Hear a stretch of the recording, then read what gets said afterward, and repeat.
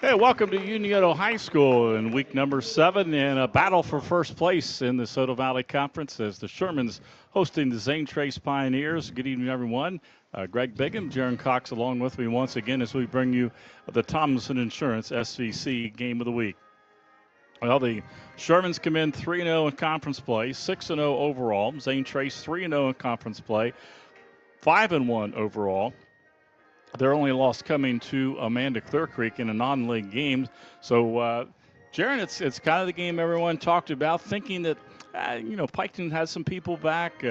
Westfall had some good athletes. Huntington is certainly one of their best teams in a while.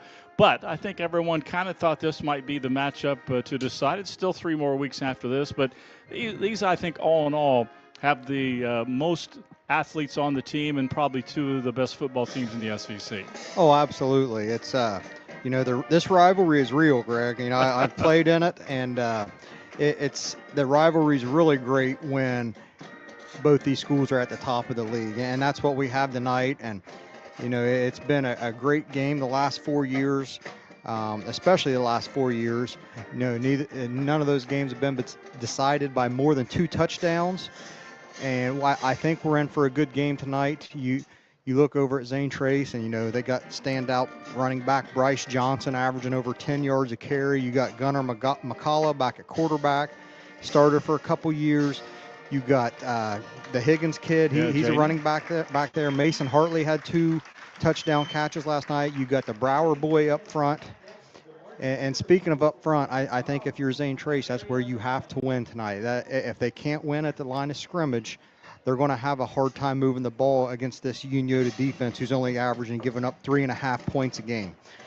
And I think what you saw with Zane Trace last week, they really struggled running the ball up the middle. In the first half, they made an adjustment in the second half, started to pull some people, a lot of pitches back to Bryce Johnson on that left side, let him see a gap through there and cut through there.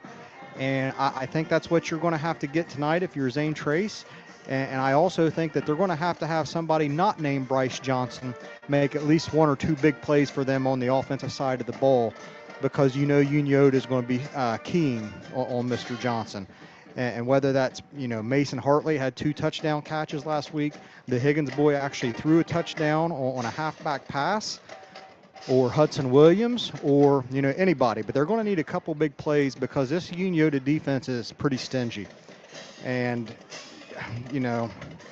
they're pretty good on offense too, Greg.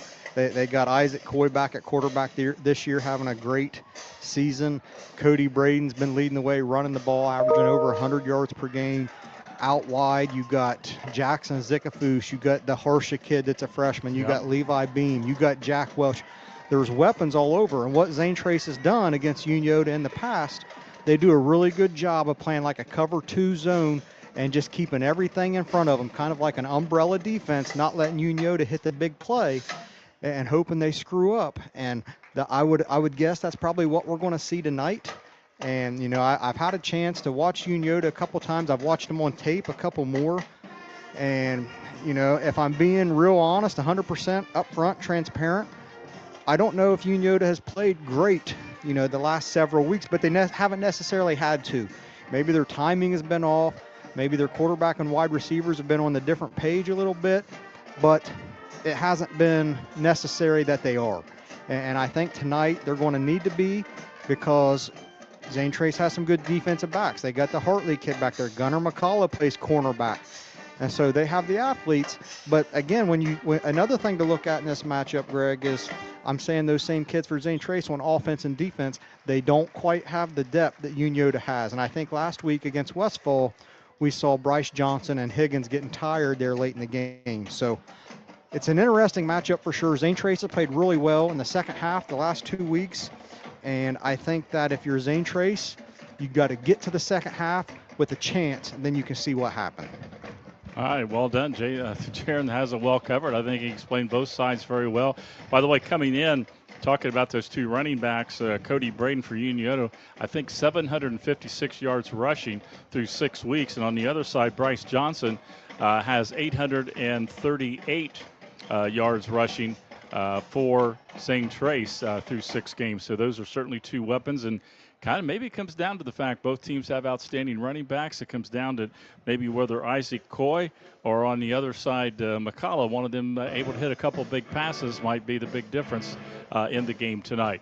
We'll talk more pregame here. We're at Unioto High School. Good crowd on hand. The Shermans hosting the Pioneers. You're listening to the Tomlinson Insurance SVC Game of the Week. Remember,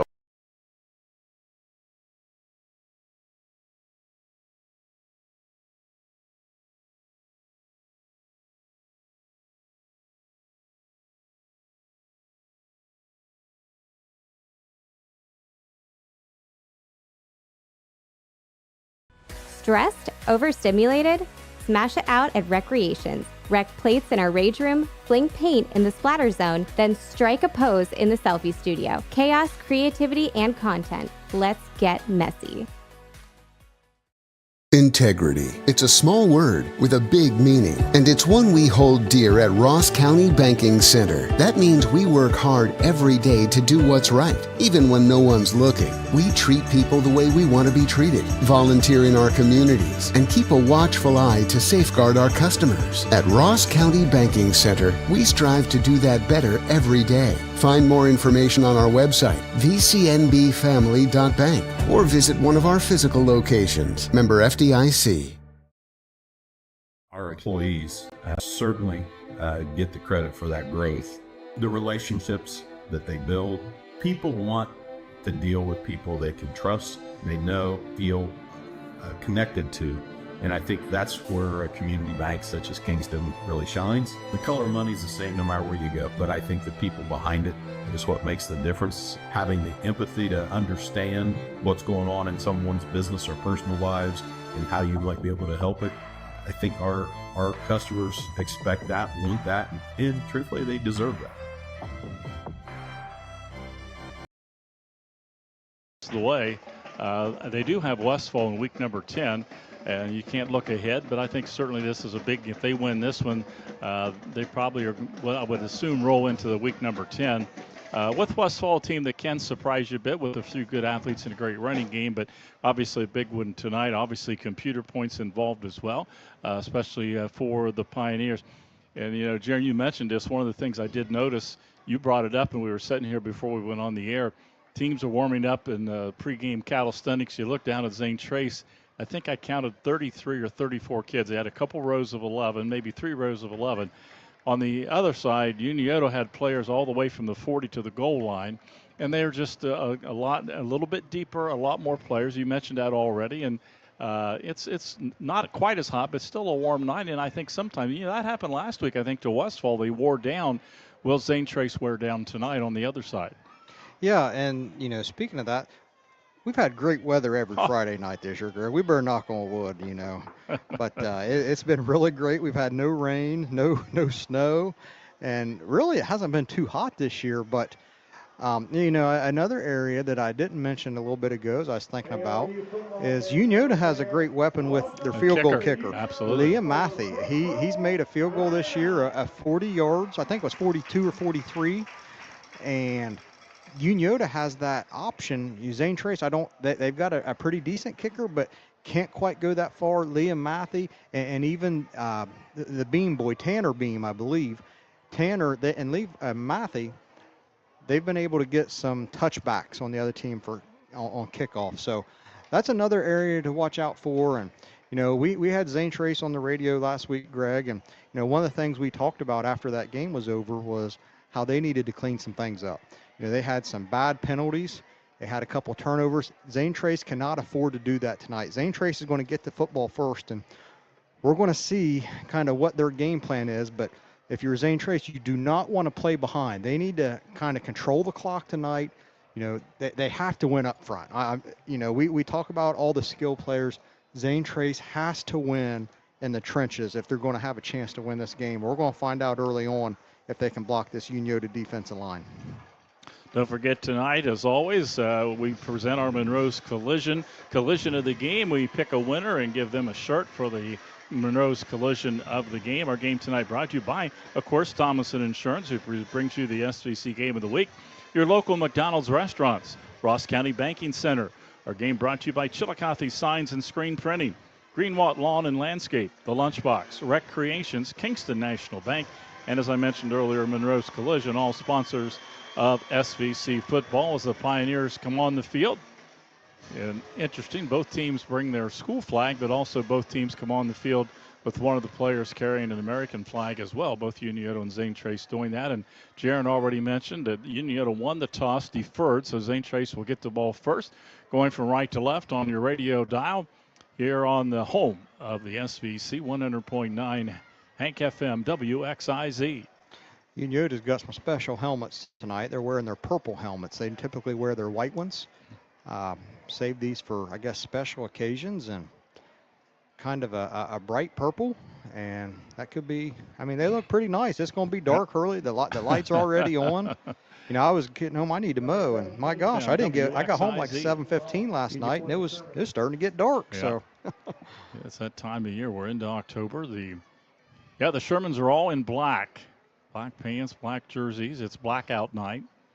They have, of course, a little bit of the gold trim on their shoulder pads to get the gold into their school collars, and then really kind of unique purple helmets with the U on the side. Zane Trace, of course, red, white, blue. They're in all white uniforms and wearing their red helmets with the ZT. And we are set to go. Glad to have you along. You're listening to 100.9 FM WXIZ, Chillicothe, Waverly. Glad to have you along for SVC football. We're set to go, and it looks like Higgins, one of the deep people back, along with Hartley. So Higgins and Hartley. Matthew can really boot it. He boots this one high, end over end, coming up, and Higgins takes it at the 10. Out to the 15. Little jig step, 25, and knocked down there. He got tripped up at the 25, fell to about the 27. And Zane Trace will start there. 1st and 10. Good coverage by the Shermans. Yeah, it was. Not terrible starting position for Zane Trace, but Greg, this is what I'm excited about. This matchup right here, this Unioto defense that's only given up 3.5 points a game against the strength of the Zane Trace offense, this offensive line and Bryce Johnson. I want to see what happens this first drive. Westfall's linebackers the first half really stymied the running game, so I'll have Jaron keep an eye out on top 3 game day tip. Unioto linebackers. Under center, handoff right side. Johnson will not even get back to the line of scrimmage. Looked like a little bit of a mishandle of the snap. Gunner had it and turned around maybe a split second, but Unioto had great penetration, and there'll be actually, I think, a loss of 1 on the play. I thought he was to the 23, so we'll call it 2nd and 10. Looks like the chains are going to stay in the same spot, so no gain for Bryce Johnson on that first carry. 9 guys in the box for Unioto right there. And it was also interesting to note Zane Trace ran to the right side, where their success last week was to the left side of that line. Hartley, the only wide receiver to the left. They do have a flanker right off the tight end to the right. McCullough pitches back. Second man through is Higgins, and he gets out to the 30. I mentioned 23. They were past the 25. Started this drive at the 27. So 3 yards for Higgins on the pitch to the right side. Well, they spotted back a yard to the 29, and Zane Trace will face it 3rd down and 8. Bryce Johnson comes off the field as Grady Stewart comes in, maybe giving him like a double wide receiver look right here. Grady Stewart will come out to the left. Also wide to the left is Hartley. 2 wide receivers. McCullough goes back to the pistol formation. Gunner fumbles the ball. It's forward, and they lose it, and Unioto recovers. Yeah, they went under center, usually do that time, and I don't think it was a bad snap, Jaron. I think Gunner just started to look up, when he dropped it, it bounced forward, and Unioto's going to get an early turnover, not what you want to happen if you're Zane Trace. No, it was Gunner, like maybe a fake handoff. The ball hit. Looked like Jaden Higgins came out of Gunner's hands, and I believe it was Cody Braden that jumped right on it. So that drive began at the 27, and all of a sudden 3 plays, a fumble on 3rd down, and Unioto starts out at the 27 of Zane Trace. Isaac Coy, the quarterback, man in motion. Coy, hands, breaking to the outside, and a loss of 3 yards, nowhere to go. Good step up there by the defense of Zane Trace, and on the carry was Cody Braden, and he had nowhere to go, Jaron. Yeah, nice job by Grady Stewart right there, kind of playing on the end, outside of the right tackle. Snuck in there and wrapped up Cody Braden and let his teammates come in, kind of gang tackled him, and a good start for the Zane Trace defense. Zickafoos will go wide to the left. Unioto sends 2 receivers out to the right. Braden, the running back, right off the left tip of Isaac Coy on 2nd and 13. In motion, Zickafoos. They will keep it on the quarterback keep. Straight ahead is Coy. Tried to get the flow going with Braden. Kept it to go off left guard. Got to 2 or 3 yards back, but they're going to be back to about 3rd and 10. Yeah. I think we got 3rd and 11. Yeah, I think another interesting thing to note here, Greg, Bryce Johnson usually plays defensive end for Zane Trace. He's playing like a middle linebacker right now. He's been playing on that D line, last couple weeks, and maybe they're moving him back to help cover a little bit. 2 wide receivers to the right, 1 single to the left. Coy back in the shotgun. 3rd down, 11. Coy back to pass. Looking, throws to the right flat, and nowhere near the receiver. Good coverage by Zane Trace. They kind of had that wide receiver bracketed short and long. It was intended for Welsh on the pass, but well off the mark. And now what do you do? I think maybe a little out of the range go for it.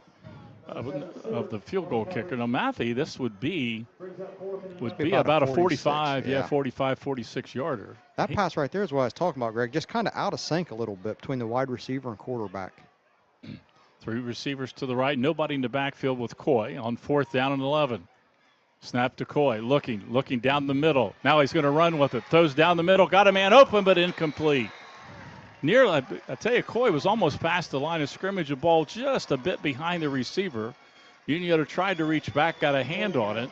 And boy, that's a great job by Zane Trace. You fumble the ball in the 3rd play of the game in your own 27. You don't allow Unioto to score. Yeah, really. The receiver was open right there, just a high pass. I'm not sure if he would have had 1st down yardage or not, but a huge stop by the Zane Trace defense. Really got put in a tough situation by their offense after the fumble, with Unioto being in plus 27, plus 28 yard line. Big stop by the Zane Trace defense. Well, McCullough comes back up under center. The 2 running backs behind him. Only 1 wide receiver. That's Hartley. Unioto crowds the line of scrimmage. Give to Johnson 30, 32. Spins, falls to the 35. And he got about 7. Yeah. Nice job right there by the offensive line. Kind of like a little trap play. They had the left guard pole, and Johnson saw that hole and kind of snuck through there. As we've seen in weeks past, Greg, if he gets a hole, he's going to get through there, and he's hard to tackle, and he just falls forward for a nice 7-yard pickup. You're right. He got 4, and by the time he gets done falling forward with how strong he is, he wound up with 7. It's what he does so well. Same formation, 2 running backs. Give a little bit of a delay to Johnson, and he does not get the 1st down. That took a little long to play to develop. Unioto got great penetration, and he shored the 1st down by a yard, I believe. Yeah, he picked up 2 yards right there, but you're right. Something is off with the timing on that handoff. Something is delayed. I don't know if the running backs aren't going right away. The timing is not perfect right now for Zane Trace. 3rd and 1. Big play for the Pioneers. Same formation, everybody in tight. McCullough now raises up, looks over to the sideline. Unioto puts an extra man up on the defensive line. 3rd and short. Give right side. Johnson, 1st down. Push back now, but he got about 3 out to the 40-yard line. Trying to decide. McCullough takes the snap under center. He's turning to his left, but almost a three-quarters turn all the way around as hands it off to Johnson to go off the right side. It almost is like they're giving Bryce a chance to maybe pick his hole or have a moment to find the opening. Yeah, that very well could be. And again, first down, Bryce comes out of the game. Maybe they're trying to save his legs a little bit for later in the game because he was gassed last week. Grady Stewart out to the left, so's Hartley. So they do bring two receivers out. Now McCullough's going to straight ahead run to the 40, tries to go back, spin around, and fall forward. He fell to the 41 or 40. They're going to mark it just a 1-yard gain for Gunnar McCullough. That was a straight quarterback run. Yep. Zane Trace must have found something in tape they like on the right side of that line. They've been running to the right side every play so far, Greg. Second down and 9. Zane Trace fumbled on their third play of the game. Unioto went 4 and out, couldn't get a first down. Back to Zane Trace. They picked up a first down. They hand it off to Higgins. He's got some running room, and he's got a first down. Guy got across the midfield stripe or right at the midfield stripe, and that's a good pickup of right at 9-10 yards for Higgins. Absolutely. This is what Zane Trace wants, Greg. Absolutely. They're at midfield. We're down to almost 6 minutes left in the first quarter, and Unioto's ran 4 offensive plays. And, you know, Zane Trace wants to keep that clock rolling. They want to keep the chains moving. Now they go back to the pistol formation. McCullough takes it, going to run it himself, and got 3 yards, pushes forward. Line of scrimmage of 50. He moves it down to the Unioto 47. Well, Gunnar, obviously, he's listed at 6'2", 180. If he gets to moving forward, he's a lot to bring down as well. Yeah, he is. That's a win for Zane Trace. You pick up 3 yards. I agree. You know, you kind of stay on schedule. And, again, we're under 6 minutes to go, and the clock is rolling, and that Unioto offense that's putting up over 40 points a game is on the sideline. Now McCullough back up under center. Two running backs. Bryce Johnson pauses, tries to look for a hole. This time Unioto fills the hole, and Bryce has nowhere to go and no gain. It's going to bring up 3rd and 7. Bryce has shown a lot of patience back there, maybe too much that time. I would agree. But we talked about on the handoff, he likes to.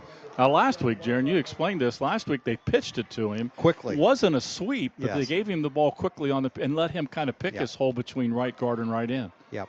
I think with the Unioto defense, there's too much speed, and he's going to struggle with that. I think he's better off to kind of just put his head and shoulder down and push forward to try to pick up a couple yards. It's like Mason Hartley to the left. He's the only wide receiver on 3rd and 7. McCullough will pitch it back to Johnson. He's to the forward for about 6 or 7. I thought he was down at the 45, but he moves forward, and he's going to be about a yard shy of the first down. I think we're going to come up with a 4th down and 1. That's what the play we just talked about. The pitch, let him pick. Plus, it gives him the ball 5-6 yards deep, and he gets a lot of momentum going forward. Absolutely, and he probably had another 2 or 3 yards after the contact right there. He does such a really good job taking that first hit and going forward, and this is a really big 4th down play right here, Greg. 4th and 1 at the 41 of Unioto. McCullough will go under center. 4th and 1. McCullough will hand it. Now he's going to keep it himself. He's in trouble. Can he get to the outside? He's got a first down to the 35. Stiff arms a defender. Showed good. I thought he was going to get caught in the backfield. Almost a naked bootleg for the quarterback after faking the handoff. And Gunnar got around the corner. First down, Pioneers. Gunnar did a really good job of showing his speed right there, and a gutsy call. A great call, but a gutsy call. They really had the defensive end. It looked like Cody Braden, I believe, was kind of waiting on him. Gunnar used his speed to get outside of him and pick up the first down. He actually got about 6 or 7 yards on the carry. Brand new set of downs for the Pioneers. They're in Unioto territory to 34. They go to an I formation. McCullough pitches. Higgins, 35. Falls forward to the 30. Got 4 more. 2nd down and 6. Clock continues to run. We're 4 minutes to play in the first quarter. You can hear some of the frustration building from the stands, or the fans here in Unioto right in front of us. You know, Zane Trace is basically just lining up and picking up 3 or 4 yards at a time and moving the chains, and we're under 4 minutes, Greg. This is exactly the recipe that Zane Trace needs to win this football game. Higgins and Johnson Split backs behind McCullough. McCullough pitches to Bryce, tries to go outside, breaks one tackle, 30, breaks two tackles across the 25 near the first down. Well, the first two Shermans went after his legs, which you got to do that, but he was able to stiff arm and break both tackles, and it is a first down. The official signals. We got a timeout, Unioto. It is a first down. Coach Hoops doesn't like this. Timeout called by the Shermans with 3:32 to play in the first quarter. Trying to adjust something defensively. Our game tonight, we mentioned, brought to you by Tomlinson Insurance. Every week, the SVC Game of the Week by Tomlinson Insurance. Your local McDonald's restaurants, Ross County Banking Center, Chillicothe Signs and Screen Printing, Greenwatt Lawn and Landscaping, The Lunchbox, Rec Creations, Kingston National Bank, and Monroe's Collision. And right now, the collisions are being brought to you by the offensive backfield of Zane Trace. This drive began at their own 27, and they're all the way down inside the Unioto 25 at about the 23 or 24. And Jaron, I know you've kind of beaten a dead horse, but we talked about it before the game, and it is. This is what Zane Trace has to do, is run time off the clock, and those long drives, it keeps Unioto's offense off the field, obviously. If Zane Trace keeps doing this, you're going to hear me say it about 20 more times, I believe. So, that'll be beating the dead horse. New set of downs. McCullough under center. Run it again. Johnson cuts back inside, bowls ahead to the 20. I think the line of scrimmage was the 24, so give him 3 or 4. Yeah, as you said, it keeps them on schedule. The ball right at the 20 of Unioto after that Sherman timeout. We're going to be under 3 minutes on this next snap, Greg. Give them a long 3. We'll call it 2nd down and 7. You know, something else last week, at least they saw it on film. Higgins threw that halfback pass last week for a touchdown. You got to you can't come up too quickly if you're Unioto. Here is Higgins, back inside to the 15, dives forward to around the 13 where he landed. And that's going to be close to a first down. Nice cut. Jaden also dove forward. Jaden's doing a really nice job. He has 4 carries for 22 yards. I like how he is finishing going forward tonight. Yes. And it really looks like he's got both hands on that football too. He's had a couple fumbles earlier in the season, but he's really hanging on to the football right now. I thought he had the first down. I didn't think he got a great spot, but call it 3rd and 1. McCullough to Bryce Johnson, breaks outside, and he's going to be stuffed for a loss. That's going to bring up 4th down. They tried to go wide. Unioto got great penetration, and Bryce had no chance to get to the outside. They're going to lose a yard back to the 15. Was that 4th and 2 or 4th and a long 1, something like that? Let's call it 4th and 2. I think they got to get to the 13. They're at the 15. They converted on a 4th and short moments ago. McCullough faked the pitch and kept it on a quarterback keep, almost a naked keep around the opposite side. We'll see if McCullough does it this time. It's 4th and 2. Shermans need a stop. A lot of black jerseys on the line of scrimmage. 4th and 2. McCullough, hands, Higgins going to break to the outside. He moves forward, dives. And if he gets a good spot, it's a first down. Yeah, I think he did. I think he got the first down by a yard.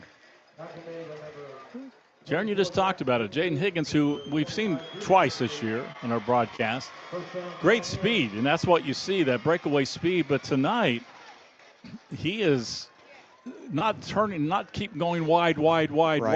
He's cutting it up, and he's going full speed ahead. And his last 2 carries, he's dove ahead for an extra yard. That was a great pickup by Higgins for the first down. You're right. He's shown that speed. He's also shown the tendencies of a power runner, finishing forward. And minute and 20 seconds, Greg, left in the first quarter.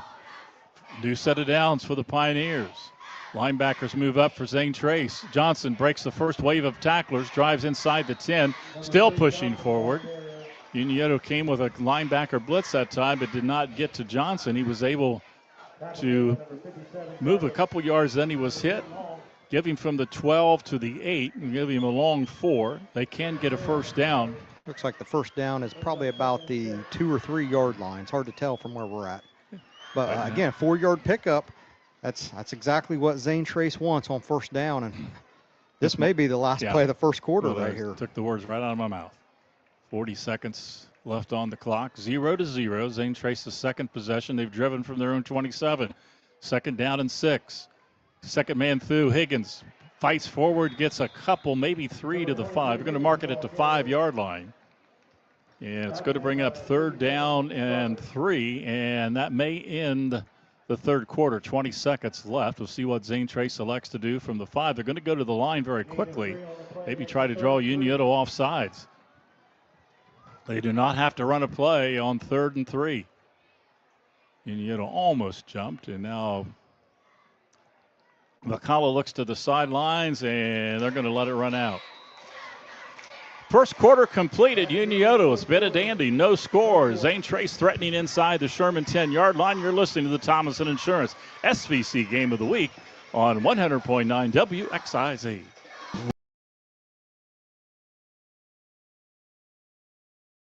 At Tomlinson Insurance, we've been protecting families, farms, and businesses since 1853.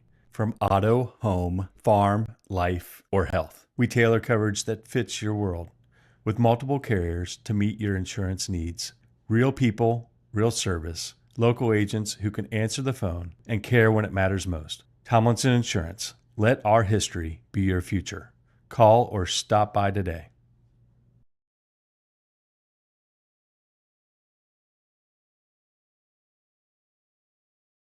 Stressed? The Lunchbox and Chill Coffee, home of the famous pretzel sandwich. Enjoy all-day breakfast, fresh lemonade shake-ups, and a big menu for a small space. Visit us at 24 East Water Street or call 740-775-8624. Delivery, dine-in, and carry-out are available.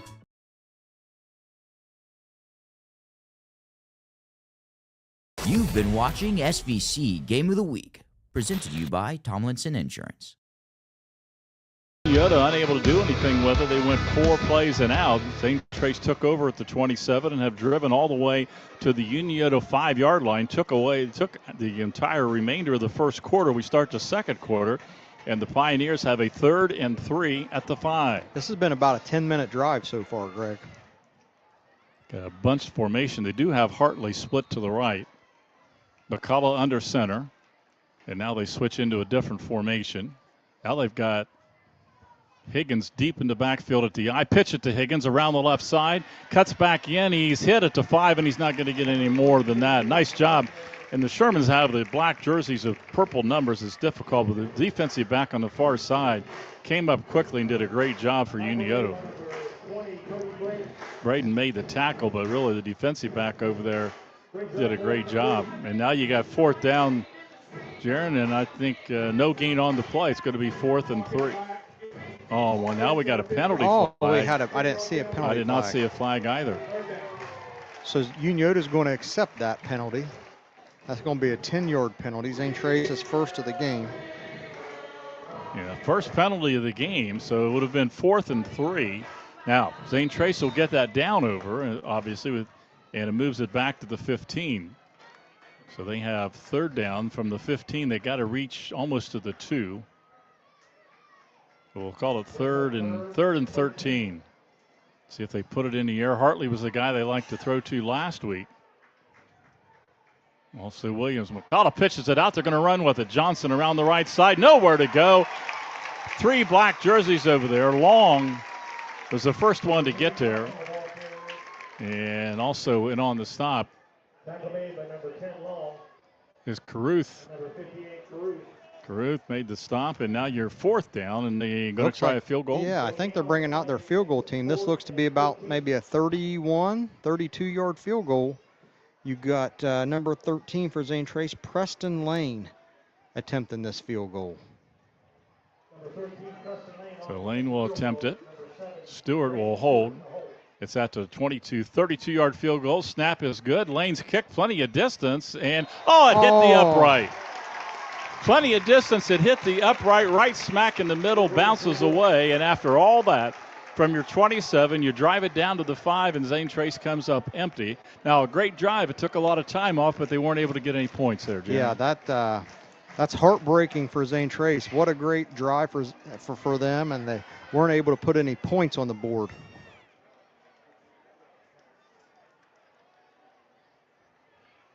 So that'll bring it out to the 20. Shermans will get their second chance.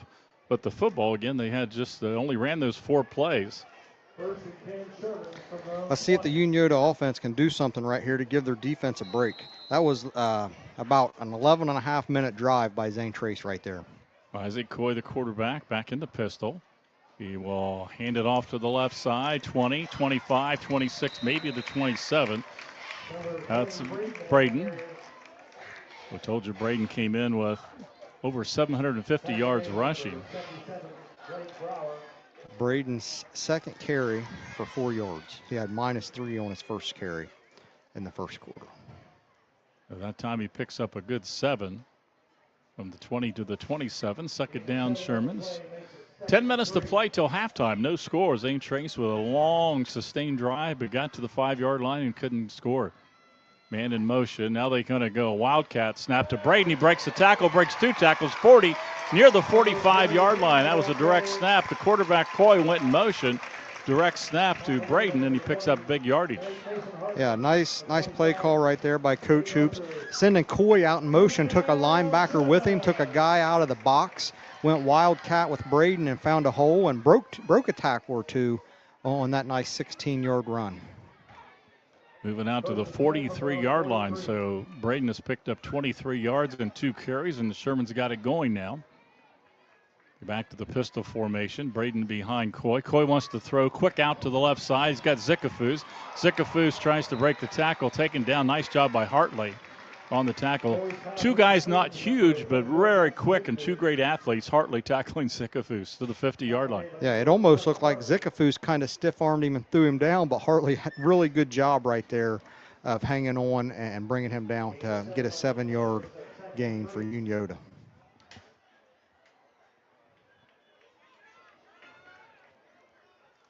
Next down pitch to the left side, and that's Braden breaks a tackle at the 50, down near the 45. He's got a first down. I think he got the first down before he stepped out. So the Shermans adjusting, and Cody Braden having a good series here. Yeah, he is. They a lot better job up front by the offensive line this time for Unioto, opening up some holes. And I'll tell you what, Cody Braden has broken a couple tackles too that's aiding him in these big runs. At the 44 of Zane Trace, drive began at the 20 after the field goal hit the upright for Zane Trace.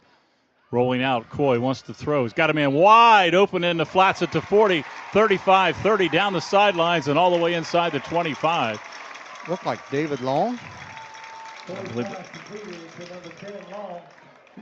The first receiver, Zickafoos, went deep. He took a couple defenders with him. They brought Long out of the backfield beautifully, and he was wide open and turned it up. That was from the 44 down almost to the 20, so that about a 23-yard pass play. Nice execution by the Shermans, and Zane Trace calling a timeout, but the Shermans on the move. All the way down to the 21. That was a nice play. Yeah, it really was.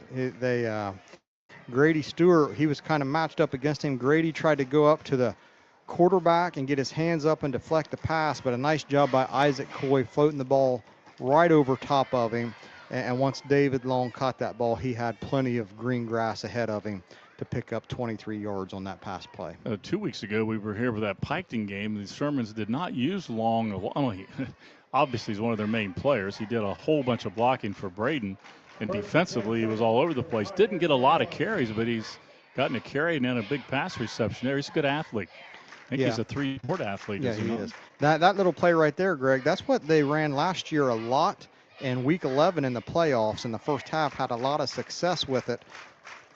And I can't remember who they played, but they made an adjustment and took that play away. It really hurt Unioto last year in the playoffs when they took that away.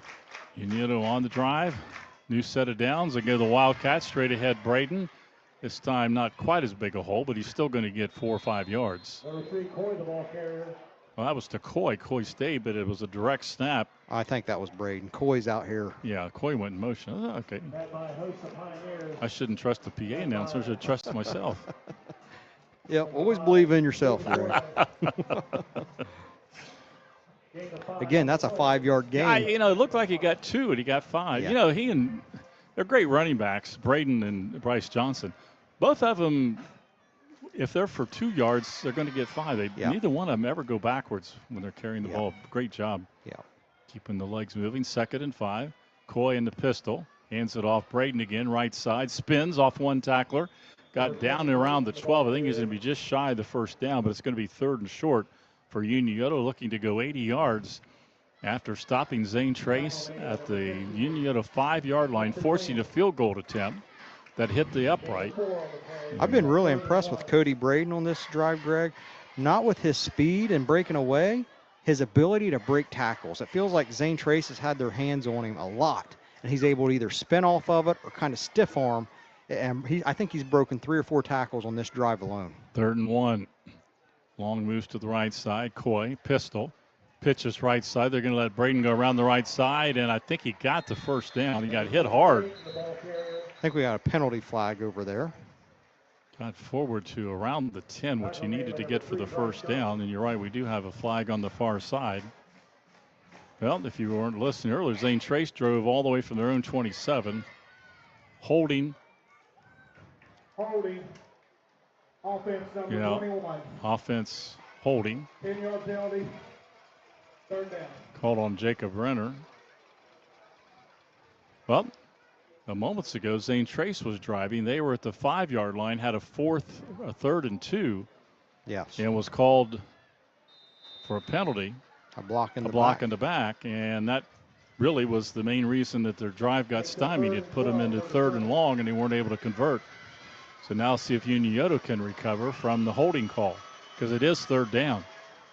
Going to throw. Coy looking. Throws into the deep flat left side, wide open at the 15. That might be offensive pass interference. Now a fumble, and recovering his own fumble. Levi Beam. Yeah. That might be offensive interference. They ran 2 guys down. And I believe you're right. And I think the first receiver picked the defender off, and I think we're going to get offensive pass interference, and I think that was a good call. He was tapping his head, maybe an ineligible guy downfield. Maybe a lineman got down the field on a block. Let's see what he has to say. Zane Trace says it's against Unioto. Official's got to get his microphone turned on. Now they're going to talk to the sideline official. I'm not sure they have the spot of where he went down at. I think that's what the discussion is. Yeah, he finally, by the time Beam got all the way down to around the 10, enough for a first down. Ineligible receiver. Good call, Jaron. So back-to-back penalties. This is the kind of things that happened a couple weeks ago against the Sherman, little things, because they've been just motoring down the field, but back-to-back penalties are going to force them further back. He did a nice job. The first receiver went down, cut inside. He almost picked off the defender, couldn't get out, and they got to pass the Beam on the outside. He broke a tackle and got down to the 10, so they mark it back. That was probably a wrong formation right there is what that was. Didn't allow Beam to get down the field. 3rd down and about 20. You got to get down around the 10, maybe 19. Coy back to pass, looking, a little bit of pressure, throws it deep down. Got a man wide open, touchdown. Wow, 3rd and 20. How do you get beat by 10 yards? If you're the Zane Trace defender. Zikafus was wide open. Great pass by Coy. And he just actually it was a corner pattern. I meant cut in and cut back out, and he was 5-6 yards behind Hartley on this side. I don't know if it was a mix-up in the Zane Trace coverage, but Jaron, he was wide open, pass perfect from Coy. And on 3rd and 19, Unioto gets a touchdown. Yeah, Hartley was covering him, kind of went with him for a couple steps and let him go. And there was nobody behind him to help on the coverage. And Zikafus there was nobody within 10 yards of him right there. Touchdown Shermans, extra point kick good by Mappy, and we finally got a score on the board. 6:27 left till halftime. Sherman's on top 7-0 over the Pioneers. You're listening to the Tomlinson Insurance SVC Game of the Week.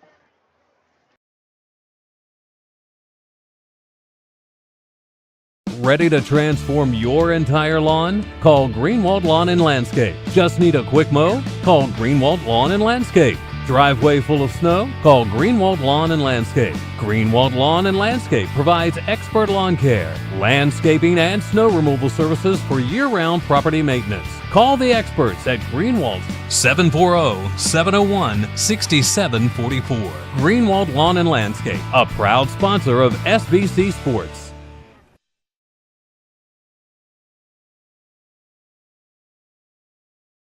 You've been watching SVC Game of the Week, presented to you by Tomlinson Insurance. Man, well, just what the doctor ordered for Zane Trace. They got to the 5. They had that block in the back, forced the field goal attempt. It hits the upright. You barely miss 3 points. And then you get Unioto in a 3rd and 19, and they convert. That was a big series of plays right there, obviously. It was. I think that's the difference in the two teams. Unioto has the ability to recover from that, throwing that pass. I'm not sure Zane Trace does. Long kick by Matthew all the way down. Hartley takes it at the 3. Back to the middle of the field, 10, and he's hit it before he ever gets to the 20. So not good field position, great kick coverage, and Zane Trace going to start inside their own 20.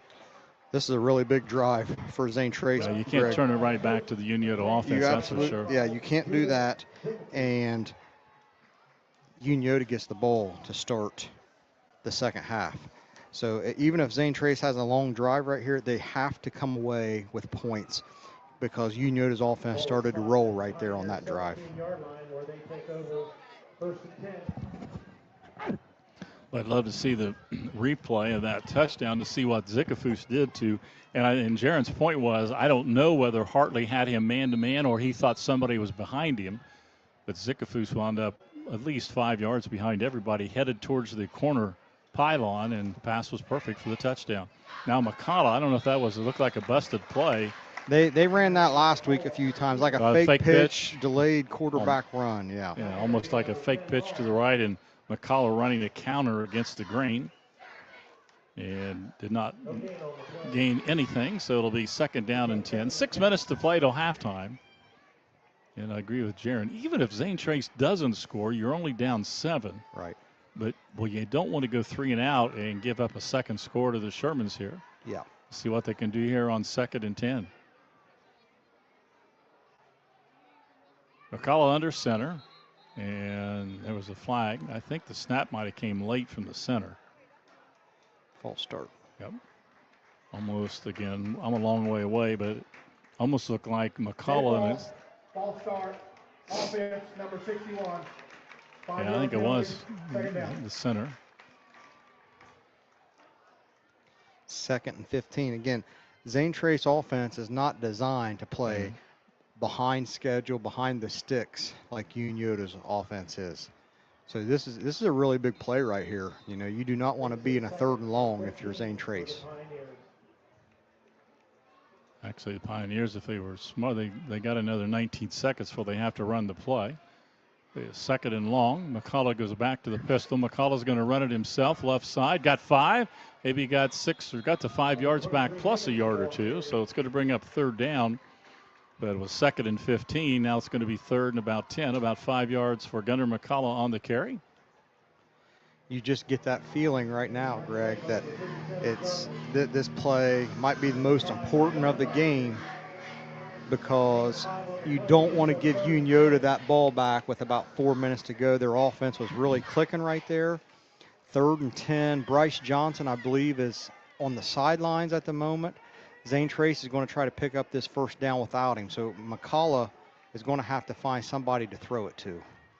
Hartley out to the side along with Stewart. Fakes, looks, runs, and tries to throw it, and was it intercepted? It should be an incomplete pass, ill-advised pass by McCullough.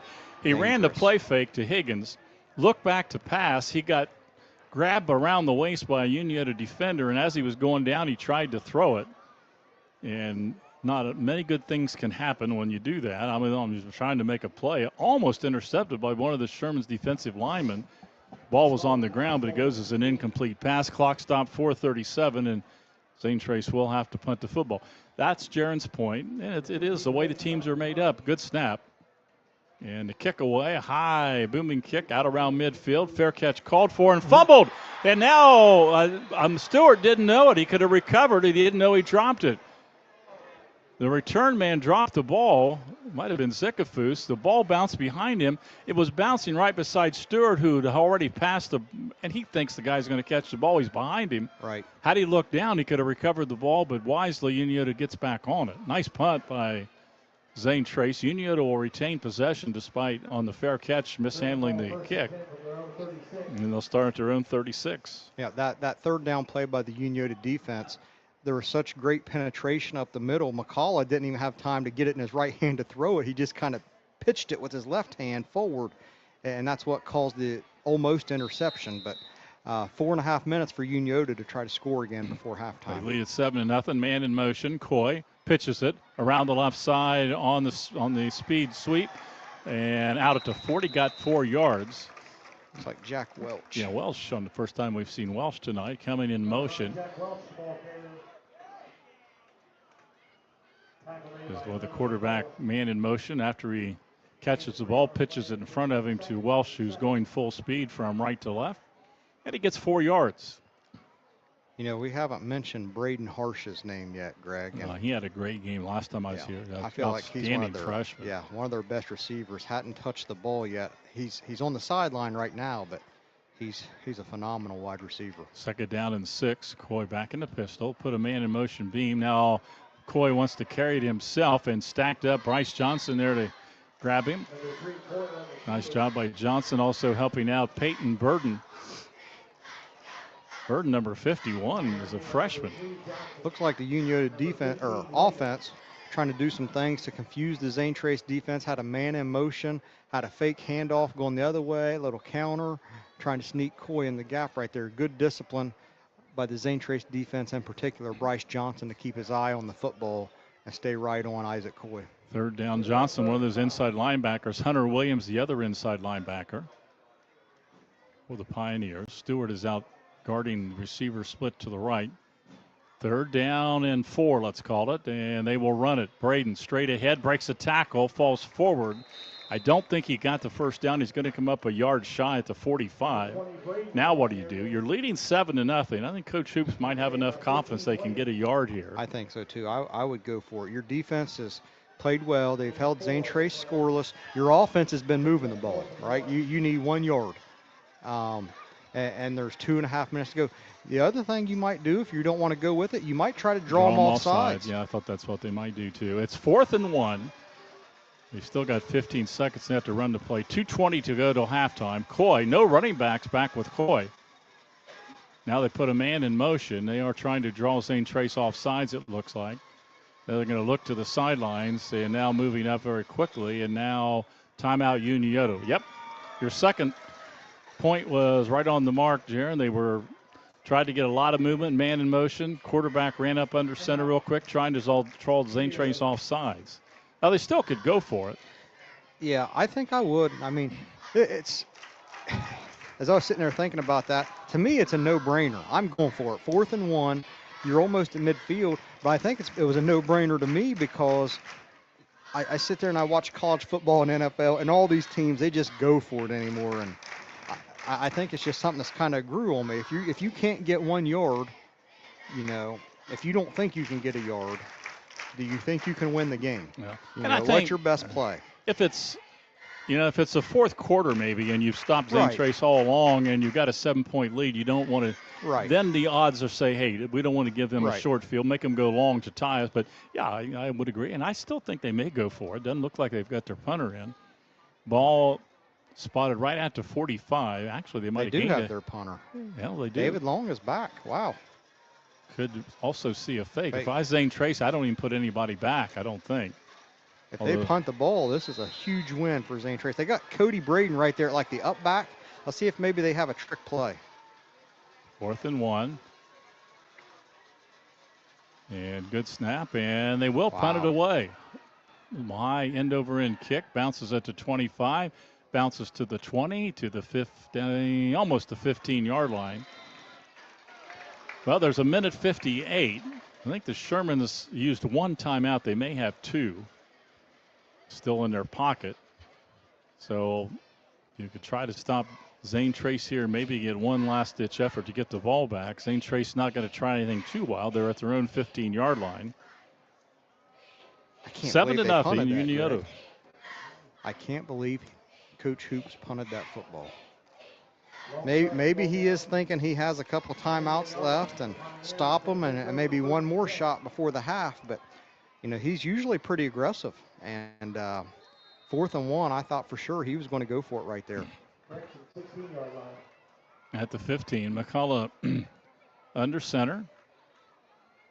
Put a man in motion and give it to the man in motion right side. That's Williams. Back to the 15, maybe the 16. Nice job defensively. Number 5, wasn't it? 6. Number 6 for Unioto, It's Grady Goebel. Goebel.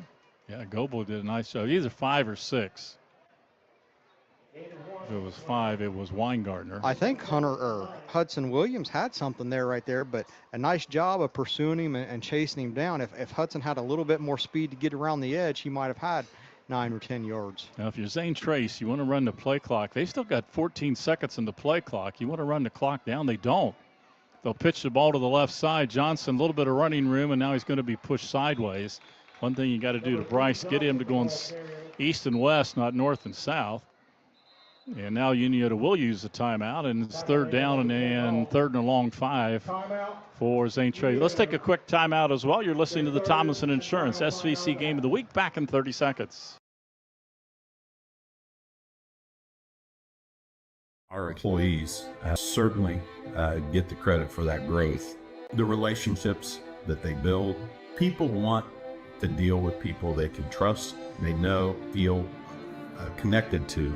And I think that's where a community bank such as Kingston really shines. The color of money is the same no matter where you go, but I think the people behind it is what makes the difference. Having the empathy to understand what's going on in someone's business or personal lives and how you might be able to help it. I think our customers expect that, want that, and truthfully, they deserve that. You've been watching SVC Game of the Week, presented to you by Tomlinson Insurance. 1:15 to start this drive. Chances are in their offense, they're not going to score. I think you've got to use as much clock as possible.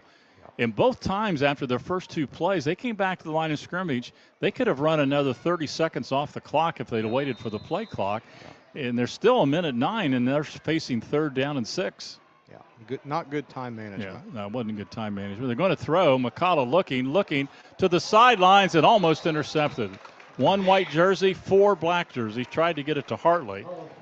They looked deep down the middle. They sent Euler deep down the middle and tried to get Hartley coming out on a down and out about 10 yards down.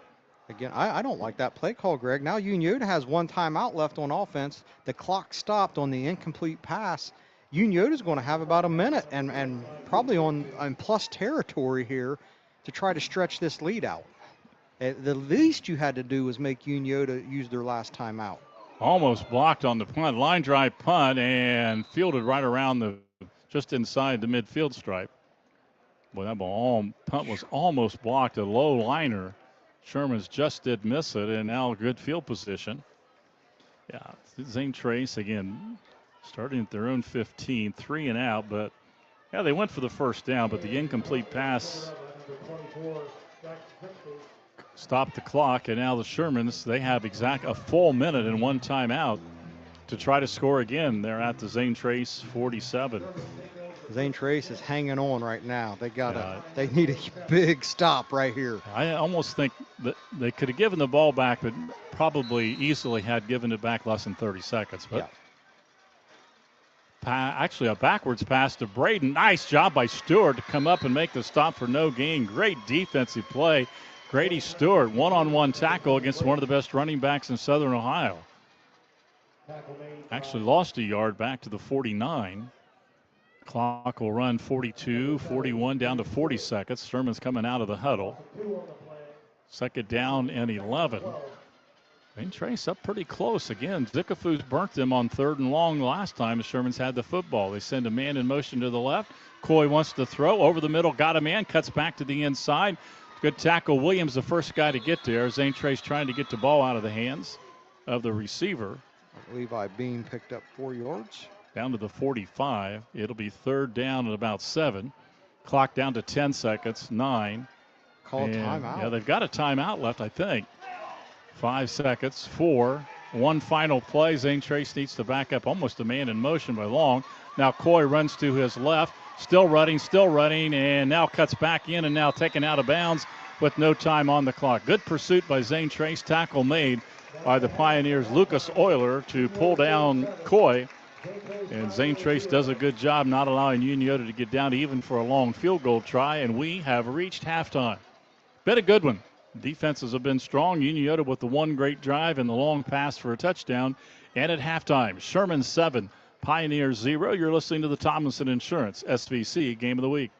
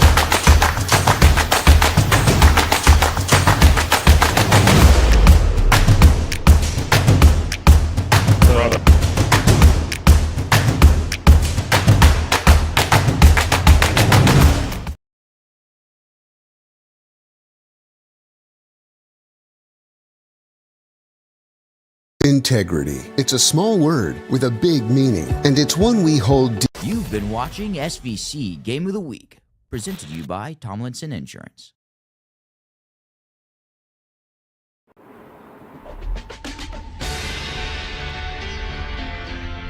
It's not just about saving up. It's learning what it means to earn something for yourself, a few dollars at a time. It's about earning your independence. Every deposit, every goal, every step closer. It's more than just opening an account. It's opening the door to what's next. People's Bank, working together, building success.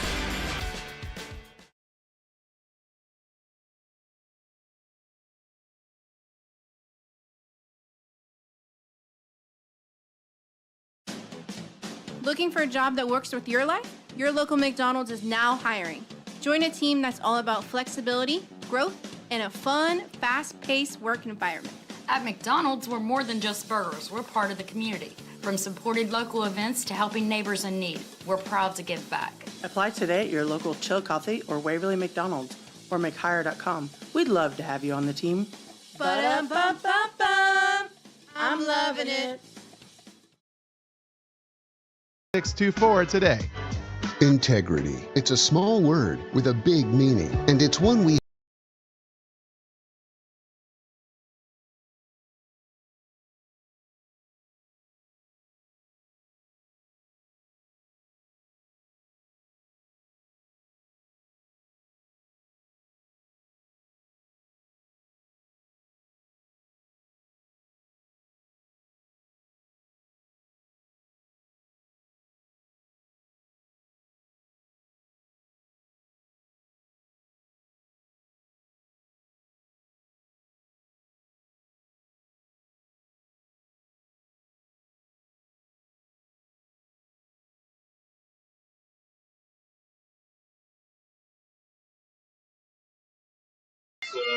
Took the ball, thrown 47 on the third play, mishandled the snap and shotgun.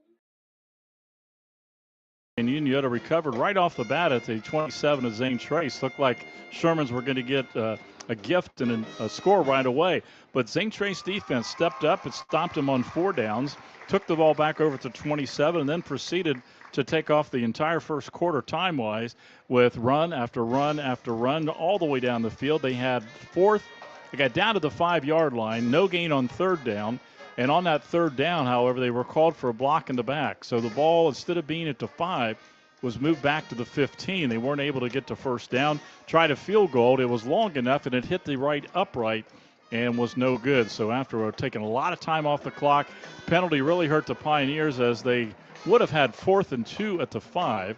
Don't know if they would have made it. I think they would have gone for it.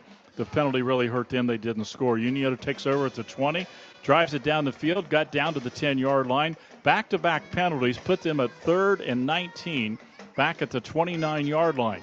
And on 3rd and 19, Zickafoos got behind the secondary on an in-and-out pattern, wound up catching the ball just in the end zone inside the pylon on the left side. He was 5 yards behind, and Coy threw him a perfect pass. That's the only score of the night.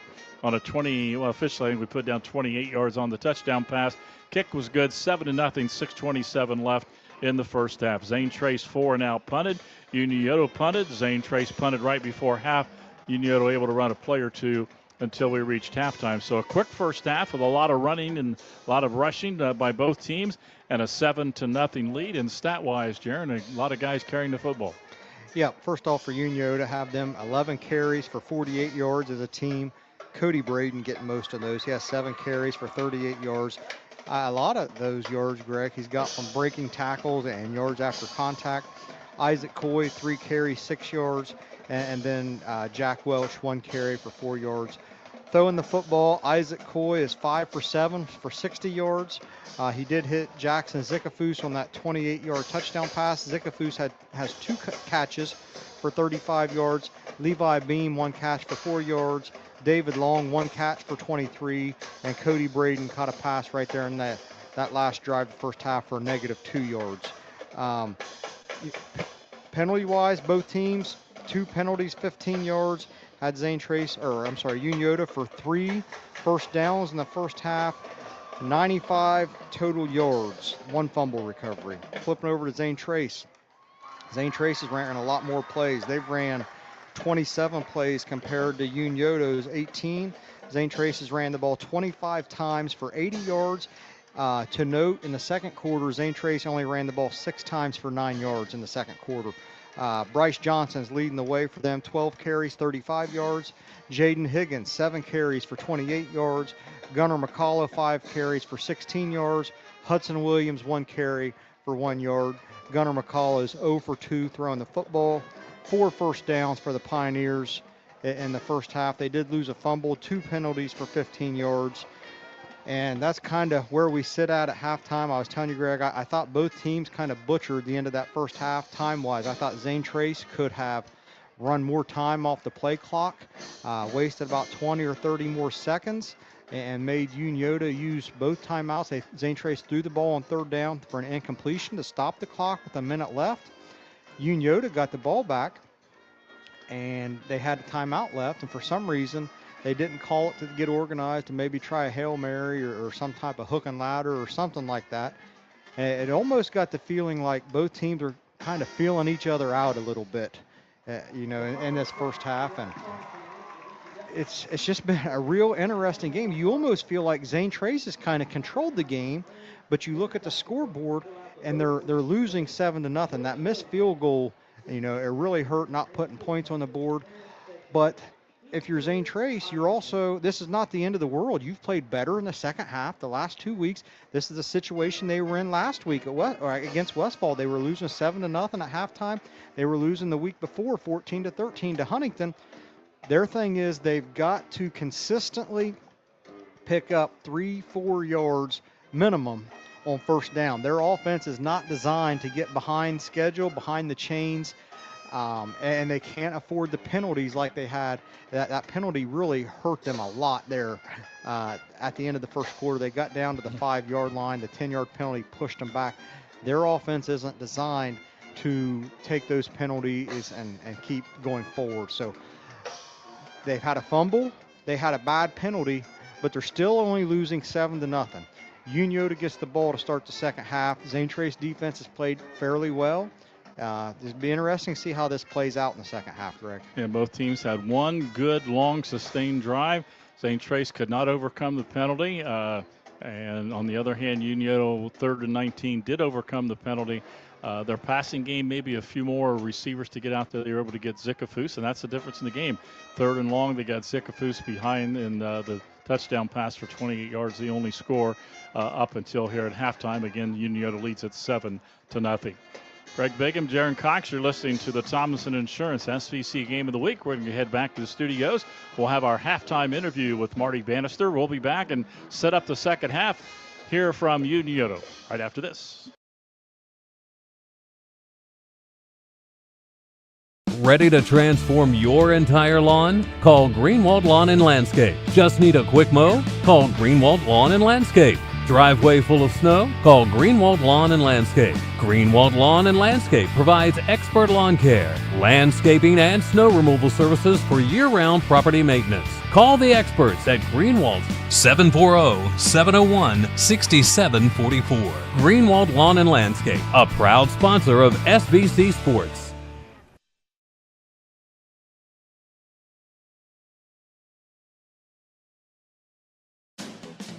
Looking for a job that works with your life? Your local McDonald's is now hiring. Join a team that's all about flexibility, growth, and a fun, fast-paced work environment. At McDonald's, we're more than just burgers. We're part of the community. From supported local events to helping neighbors in need, we're proud to give back. Apply today at your local Chill Coffee or Waverly McDonald's or McHire.com. We'd love to have you on the team. Ba-dum-bum-bum-bum. I'm loving it.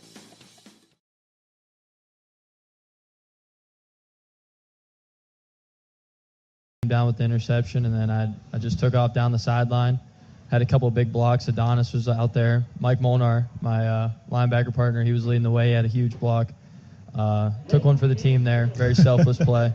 And I just saw green grass, so I just ran down the sideline and it ended up getting in the end zone. When you make a play like that, what's the reaction when you get into the end zone? Did you want to go crazy that you made a play like that? Yeah, I mean, obviously that's the first thing you want to do, but after a long run like that, I was pretty winded, so I was just kind of happy we scored, and then I knew right after that, after a big play like that, the defense is right back on the field, so I kind of had to catch my breath. And then you run back down the sideline, and everybody's smacking you on the head, and it's just like, it's a little overwhelming, but it's awesome to see everybody bought in and excited for you. Did you realize also at that moment how big that play was? I mean, BG's driving down the field that opening drive. That was a big play in the game. Yeah, no, definitely started off the MAC schedule with the big play like that and set the tone for the game. Defense out on the field first. They received to start the game, so that's kind of a little disrespect to the defense, I would say. So we kind of answered that and then scored to start the game. Gave the offense kind of like a little bit of a relief. Mm-hmm. We put the first points on the board, so then they could kind of settle in. They got like two drives on the sideline because then we went right back on defense. So. Did you guys take it that way, that they took the ball? I mean, I did personally. I mean, when you win the toss and you receive, that kind of says everything that, everything you need to say. Yeah, exactly. Where you're at right now, you've moved into the starting lineup right now. How comfortable are you now at your position right now? I'm getting more comfortable every game, every play, every practice. Coach Woods does a great job getting us prepared. He's a great coach, great football coach, and he does a good job with the game plan and making sure we know where we need to be and where we fit. And, play by play, I'm getting more comfortable. Good. Last year at Walsh, you were the Great Midwest Athletic Conference Defensive Player of the Year. The portal opens, you go into it. What was it about Ohio that stood out for you? Honestly, I was committed to Akron until the beginning of May. And then I got a call, and then I ended up flipping my decision because Akron was bowl ineligible, and then that kind of altered my decision. But I really enjoyed the culture. I'm a big culture guy, and I think they have a great culture, and I think that's why they win so many games year in and year out is just the culture that they've developed. And I think Coach Smith does a great job, and I think the team as a whole is bought in, and Did you fit in right away? I would say so. It took some time being the new guy. Even though I was older, it felt like I was just restarting. But yeah, I found a group of guys right off the rip, and then kind of obviously the linebackers. That's kind of who I was around, and then kind of expanded into other position groups. And I made some friends pretty quick, gelled pretty quick with the guys. The summer helps. Coach Shue, we're just all out there grinding and working, and then just being together with each other kind of helps form that bond. Sure. You mentioned culture a moment ago, and that's something that Coach Smith talks about that a lot. Everybody on the staff talks about that a lot, and it means so much because, there aren't too many programs in the country that have won 33, 34 games the last 3 years. This is one of those. So that's a strong culture, but the bond is here. It's a unique thing about this program, isn't it? Yeah, it definitely is. On defense, we call ourselves the Mutts. So it's just, I think that kind of means that we have a bunch of guys come from different places. Like the transfer portal is a big thing in Division I. So we get guys like myself, Nas Luckman, D lineman. He joined us from Arkansas Pine Bluff. Right. So stuff like that. That's why we call ourselves the Mutts. And then we all just kind of gel together, and then we play like dogs. We're physical and fly around, and yeah. Cameron Hollabaugh visiting with us from the Ohio defense, middle linebacker, the Max Player of the Week, coming off a great performance against Bowling Green last week. Back to Walsh for a moment. You were a two-sport guy there, right? Yep, baseball, football. Yeah, for 4 years. What'd you play baseball-wise? First 3 years I played first base, and then this past season I played left field. Any chance of continuing? I thought so. I played a season in the Northwoods League up in Michigan. Kind of struggled a little bit there, but I was a pretty solid Division II baseball player, and I was pretty content. That's why I kind of finished my baseball career at Walsh, was just wanted to close that chapter of my life, and so I played my 4 years, and I'm content where I left. Yeah, that's good. That's good that you can close that door and move ahead. I mentioned playing at Division II football-wise. A lot of folks will say, well, there's got to be a huge difference between Division II and Division I or Division FCS, whatever that level may be. Is the difference that big? At first, it was pretty big. I would say not crazy. I would say the biggest difference to me was the just the execution factor. So football's football at the end of the day. So like I didn't see any thing I've never seen before, but it was just like the timing on stuff is a lot quicker. So like curls, they're throwing it when they're coming out of the break instead of like throwing it, they're looking and then they throw it. So it's just, I would say the execution was the biggest thing, and then the physicality. You got to bring it every day, I would say, and you can't go through the motions and expect to be successful in practice or in the games, obviously. That's Ohio linebacker Cameron Holland. Coming up tomorrow, Ohio again at Ball State. We'll have it on our total media platforms that carry Ohio football, with our coverage starting at 11 o'clock for Muncie, and the kick coming at 12. Stay with us. More of high school football tonight here at the intermission comes your way. You're listening to High School Football on Total Media Sports. Stressed? Overstimulated?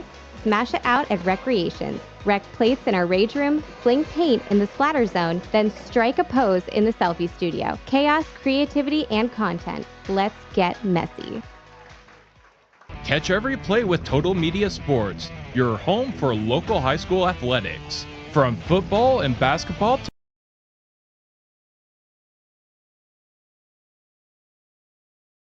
At Tomlinson Insurance, we've been protecting families, farms, and businesses since 1853. From auto, home, farm, life, or health, we tailor coverage that fits your world with multiple carriers to meet your insurance needs. Real people, real service, local agents who can answer the phone and care when it matters most. Tomlinson Insurance. Let our history be your future. Call or stop by today.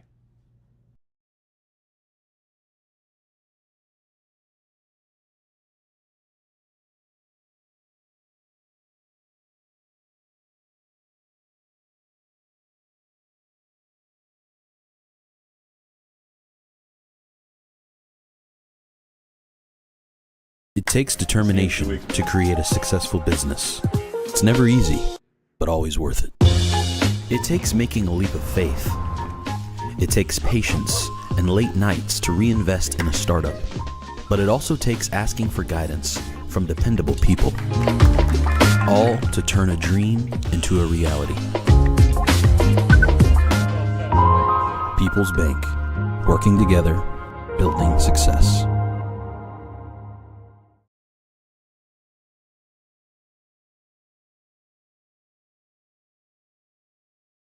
Stressed? Overstimulated? Smash it out at Recreations. Rec plates in our rage room, fling paint in the splatter zone, then strike a pose in the selfie studio. Chaos, creativity, and content. Let's get messy.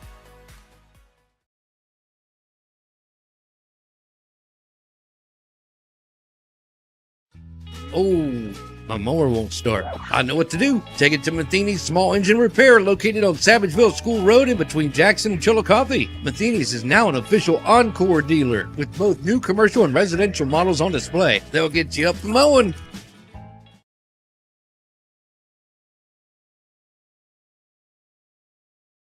The Lunchbox in Chillicothe, home of the famous pretzel sandwich. Enjoy all-day breakfast, fresh lemonade shake-ups, and a big menu for a small space. Visit us at 24 East Water Street or call 740-775-8624. Delivery, dine-in, and carry-out are available.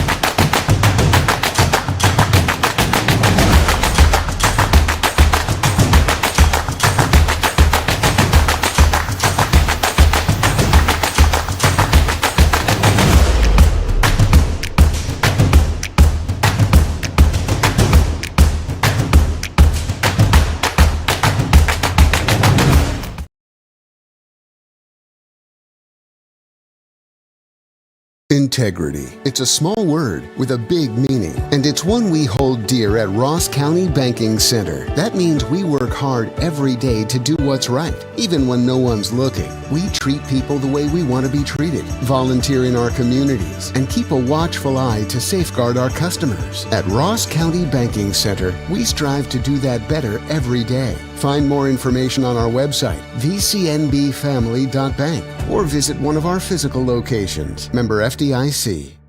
You've been watching SVC Game of the Week, presented to you by Tomlinson Insurance.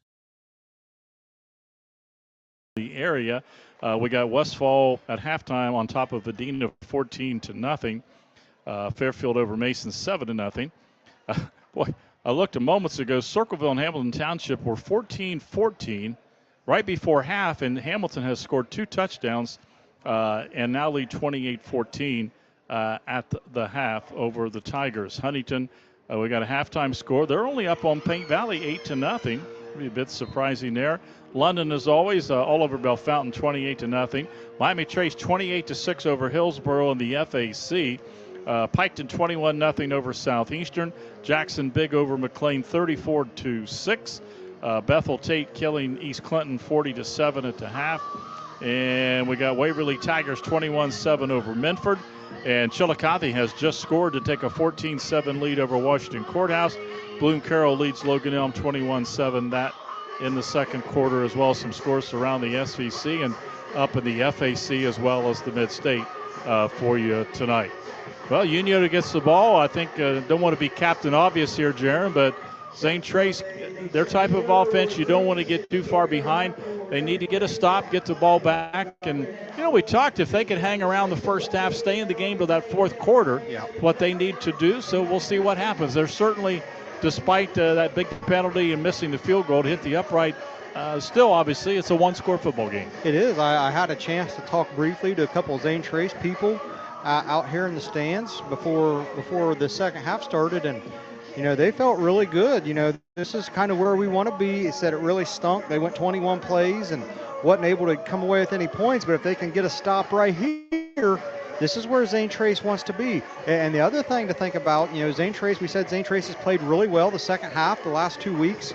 The other thing, how many times has Unioto varsity football team had to play in the second half here recently? So maybe there's fatigue issues that maybe set in with them a little bit. You never know. This is a situation they haven't been in, but this first drive right here is huge for both teams. Unioto wants to score. Zane Trace defense, they're fighting for their life right now. They got to come out and prove, hey, we can stop you. Let's get this ball back to our offense and see if we can go down and put some points on the board. Well, Zane Trace will kick it off. I assume we'll once again probably have Bream and Zickafoos back deep for the Shermans. We got Harsha. Is Harsha back this time? Okay. Harsha and Zickafoos. I feel like we're going to hear Braden Harsha's name before this game's over with tonight, Greg. He had a huge interception a couple weeks ago against Piketon in the end zone. He's done a really nice job as a receiver this year. I feel like he's going to make a play before this game is over. Preston Lane kicks it off, and a little squib kick popped in the air down to the 33. Grabbed there by Unioto, back to the Fumble. 40. Lost the football, Zane and it's Trace loose has on it. the zone. Well, they kicked it to one of the short people. It was just a pop-up kick. It was going to be a pretty good return by Unioto, and they fumbled the football. And how about that? Zane Trace going to get it to Unioto 45. First turnover for the Shermans. I believe it was Jaden Higgins. Jaden Higgins recovered the fumble. I really didn't see, because it was one of the up people that grabbed the kick return. They purposely, it wasn't necessarily an onside kick. They just pooch kicked it high in the air down to around the 32. Unioto got it. Looked like they had a pretty good return. Looked like they were going to get to midfield, but I didn't see who fumbled for the Shermans. They lost the football. 4. Zane Trace gets it back. Freshman, Lakin Langhoff. From the 45, handoff left side. Bryce Johnson picks his hold to the 40, to the 35, to the 33, bowling down the middle of the field. First down, Pioneers. Boy, this is the exact start the Zane Trace wants. I don't know if this Unioto defense was ready to be out on the field this early. And again, that's that play they ran last week, Greg, in the second half about 30 times. Get it to Bryce Johnson early to the left side. Let him see where the hole is, and he's going. Pick up a 13 yards down to the 32 of Unioto. McCullough under center, a little bit of delayed handoff. Johnson this time breaks the first tackle, but not much more running room. Again, by the time McCullough spins almost a 360, at least a 180, and hands the ball off, Unioto able to get good penetration and nowhere for Bryce to go there. Yeah, I feel like the pitch would get back quicker to him. I would agree. Again, coaches do a great job for the Pioneers, but it kind of seems like watching from a distance that when you pitch it to Johnson very quickly, he has a little more time to look ahead. Whereas when you're under center and you step back 3 yards and do a 360 and hand it to him, Unioto's able to get good penetration. And the playbook coming up at some point. 2nd and 10, man in motion, Williams the tight end. And McCullough hands it straight ahead. Johnson breaks a tackle 30, breaks a tackle, falls forward over top of his Sherman inside the 25. So on 2nd and 10, he got about 8 or 9 of them back, I believe. Inside the 25, spotted at the 24. 3rd and a long 2 for Zane Trace. Big play coming up. Boy, they would love to tie this game up. Unioto fumbling the kickoff return to start the second half. Pioneers have it. Best field position Zane Trace has had by far tonight. And you got to think you're going for it on 4th down. You got 2 plays to pick up 2 yards right here and get a 1st down. Hartley split out to the right side. Hudson Williams now moves to the left side. See if they go that way. They will. On the pitch, Johnson. And he's hit at the line of scrimmage, still trying to push forward. Now gang tackled by 4 black jerseys for the Shermans, and he did not get to 1st down. Matter of fact, I don't think he maybe gained a yard. I think he picked one up. But again, that was that play they ran last week, the quick pitch. I like that play better for Zane Trace than the turnaround and handoff.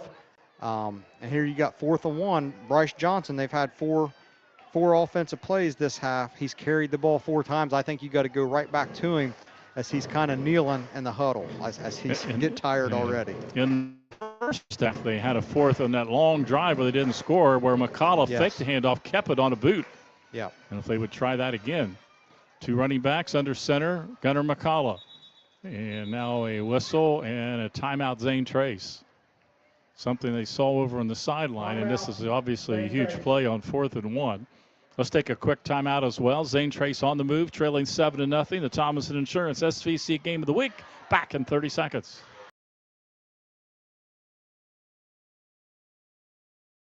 At Tomlinson Insurance, we've been protecting families, farms, and businesses since 1853.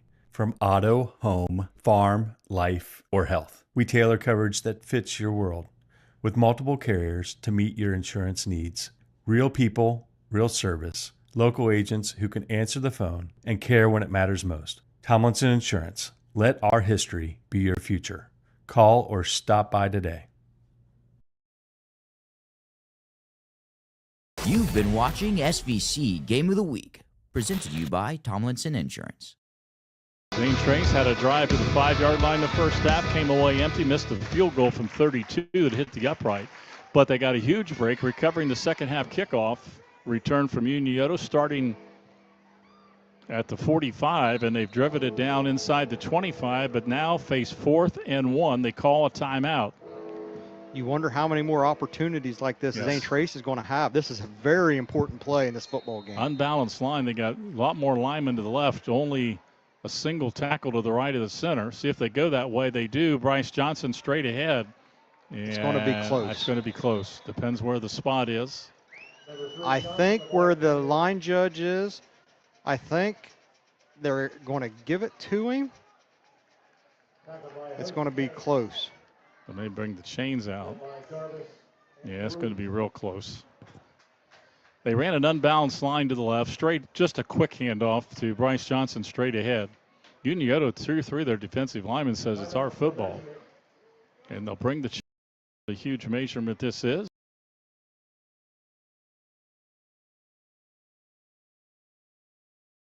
Trace not allow a score.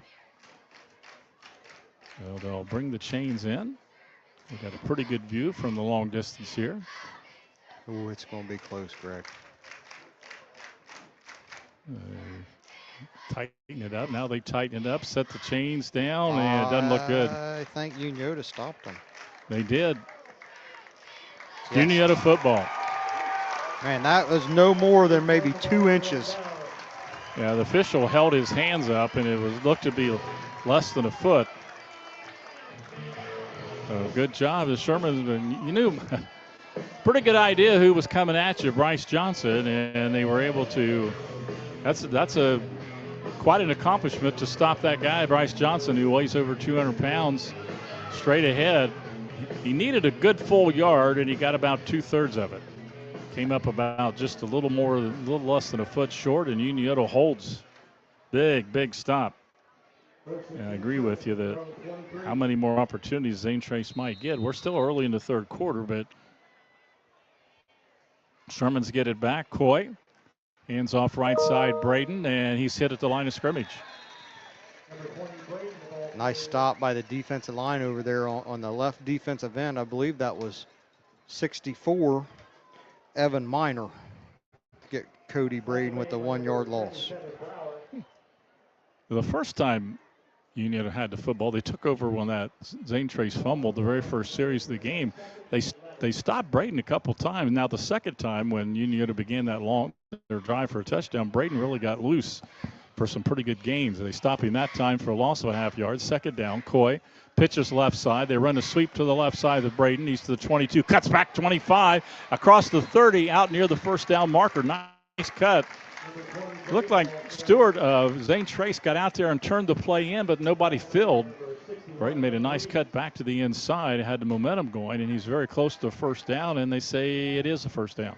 I thought he was a yard short, but they did give it to him. I thought Unioto got away with a hold right there. I saw somebody grabbing Grady Stewart's jersey right here on the side closest to us. Stewart came up from his defensive back spot. Well, I guess defense. He's almost an outside linebacker, defensive end, Stewart. But it is a first down for Braden on the carry. Brand new set of downs for the Shermans to the 33. Coy hands to Braden right side, stacked up, and getting a little tush push from two of the Unioto offensive linemen pushing from behind. Buddy Mike Strasbaugh just texted me. Chillicothe and Courthouse are tied, 14 at half. And 2 yards. Out to the 35. Second down and 8, third quarter. Not quite midway through the third quarter. Still 7-0 Unioto. Looks like they're in a running formation. Power now they're going to pass. Now quick to the outside, complete to Zicafus, and he's quickly brought down. Good job by Gunnar McCullough right there. A one-on-one tackle. Yeah, Zicafus is quick if he gets loose. That was just a quick hitch pattern to Zicafus, but McCullough came up to make the stop. And they only gain one on first down. Got about 5 more. We're going to call it third down and 4. They're shy of their own 40. The Shermans with the football, leading 7-0 here in the third quarter. After Isaac Coy started the game 0 for 2, he's completed his last 6 passes. Including that big, perfect touchdown pass to Zicafus, the only score of the game. Long in motion. He winds up behind the right guard. They now fake it, roll out. They got a man wide open. It's Long. Same play they ran the first half. Nobody within 10 yards of Long, and he's got an easy first down at about 15 yards. Same exact pattern. They send a man deep. Long is lined up in the backfield behind the right guard as a blocking back. He sneaks into the flat, and nobody's on. They've done that perfectly twice tonight. Yeah, again, that was their bread and butter play last year in that first-round playoff game. I bet they ran that 5-6 times in the first half last year. In week 11, the defense made an adjustment. The second half took it away, but that play's been wide open tonight. Big play on third down for the Shermans.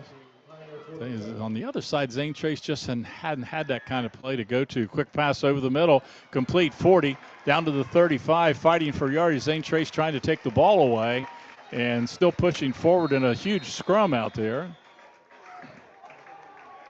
I believe it was Beam on Levi there. Beam, 16 Beam. yards. Beam pushed his way down to the 31-yard line. Just a pass over the middle, ends the middle of that defensive zone. Pass of about 8, and then Beam just kept pushing forward. Looked like Zane Trace was trying to take the ball away, and he just kept moving forward. Yeah, it really does. It, Zane Trace, they're not really playing press coverage on the outside. They're giving Unioto that short pass, and Coy's been taking advantage of that. His receivers have been picking up yards after the catch. Long moves again. This time they'll run it to Braden, right side, and pushes from the 31 down to around the 28, maybe the 27. That's a great run, Greg. He was hit maybe behind the line of scrimmage. He still seemed to pick up 4 yards right there. Spotted Zane Trace about the 27-28. It'll be second down. Called second and 7. Give him 3 on the carry. Unioto started the second half, returned the kickoff.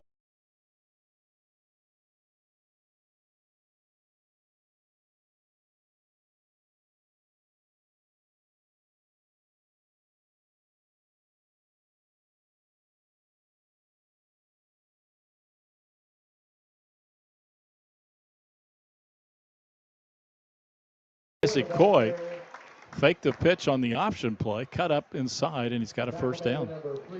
You're just starting to get that feeling, Greg, that Unioto can do whatever they want on offense. And, you know, I hate to say this, but I feel like Zane Trace really missed a golden opportunity when they had the football down here that last possession. And maybe it took a little bit out of them, not being able to put points on the board when they started at the plus 45-yard line. Looks like Welsh is split to the right. Zickafoos to the left. They've got 2 wingbacks now in the pistol, and they'll give it on an end around to the right side. 20 hit just inside the 20. Nice job by McCulloch. I mean, Gunner's had a nice defensive game. Yeah.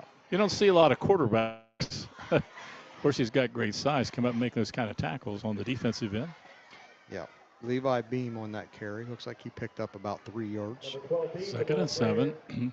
Unioto began this drive. Their own 27-yard line. Yeah, that's what was it 22 maybe? I think it's 22. Inside their 30. It was inside the 30. Yeah, it was after on that 4th down play. I think it was just inside the 25, maybe the 23. You're right. Second down and 7, Shermans. Almost a man in motion, too quick. Throwing to the outside and complete at the 12. Quickly taking the tackle for Zane Trace. Welsh on the reception. On the tackle is Mason Hartley. Second down, third down now. Third, got 3 on first down, about 4 more on that. 3rd and 3. Sherman's driving down. They're in the red zone inside. Well, they're inside the 13-yard line of Zane Trace. Zane Trace are trying to get a stop. Right now, Zane Trace looks a little worn down. I think they still hurting they didn't score on that last drive. In motion, Coy fakes, hands it off on an end around the right side. Nice play by Stewart, and now he's got a lot of help from his fellow Pioneers. It's a great play, spreading that out by Stewart. Got help from Williams eventually. Zickafoos on the carry, tried to get him on the speed sweep from his wingback position, and coming around, never got the corner turned, and he's shy of the first down. Actually lost a yard. Yeah, he lost, I think, 1 or 2. Maybe this is a 2 big yards. play, Greg. I mean, this is a 1-possession game. I think this is a spot where maybe I would kick the field goal, because then you get a two-possession lead against a Zane Trace team that takes a while to move the ball down the field. But Unioto looks like they're going to go for it here. 4th down and 5. Almost coming up on 2 minutes to play in the third quarter. Yeah, they've got a kicker that can kick it this far. They go for it, looking, faking. Now wide open in the end zone. Second time Zickafoos. Nice play call. They ran the hook and go. They ran just a quick end pattern. They faked it to Zickafoos. And again, Zane Trace, for the second time tonight, they've played tremendously. Except they can't cover Zickafoos on the stop and go, and he's got behind him twice for 2 touchdowns. Yeah, nice pump fake by Coy right there. The defense bought the fake because it was 4th down and short.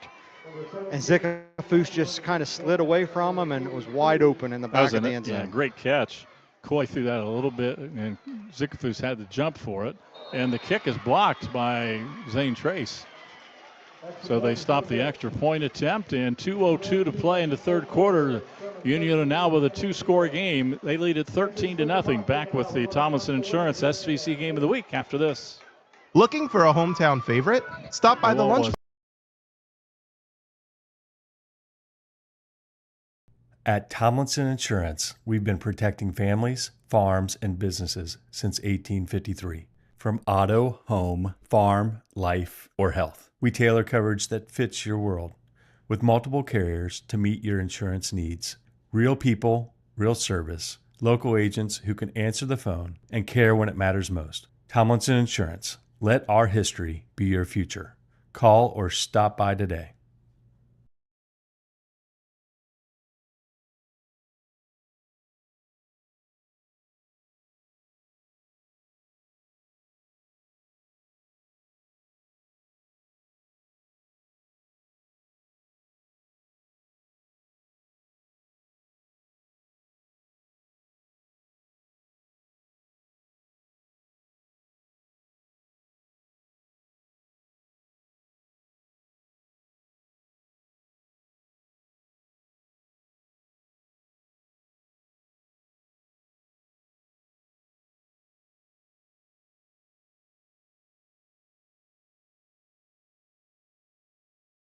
And he's got both touchdowns. Here's Hartley on the other end, gets back to the 20, breaks a tackle out near the 25.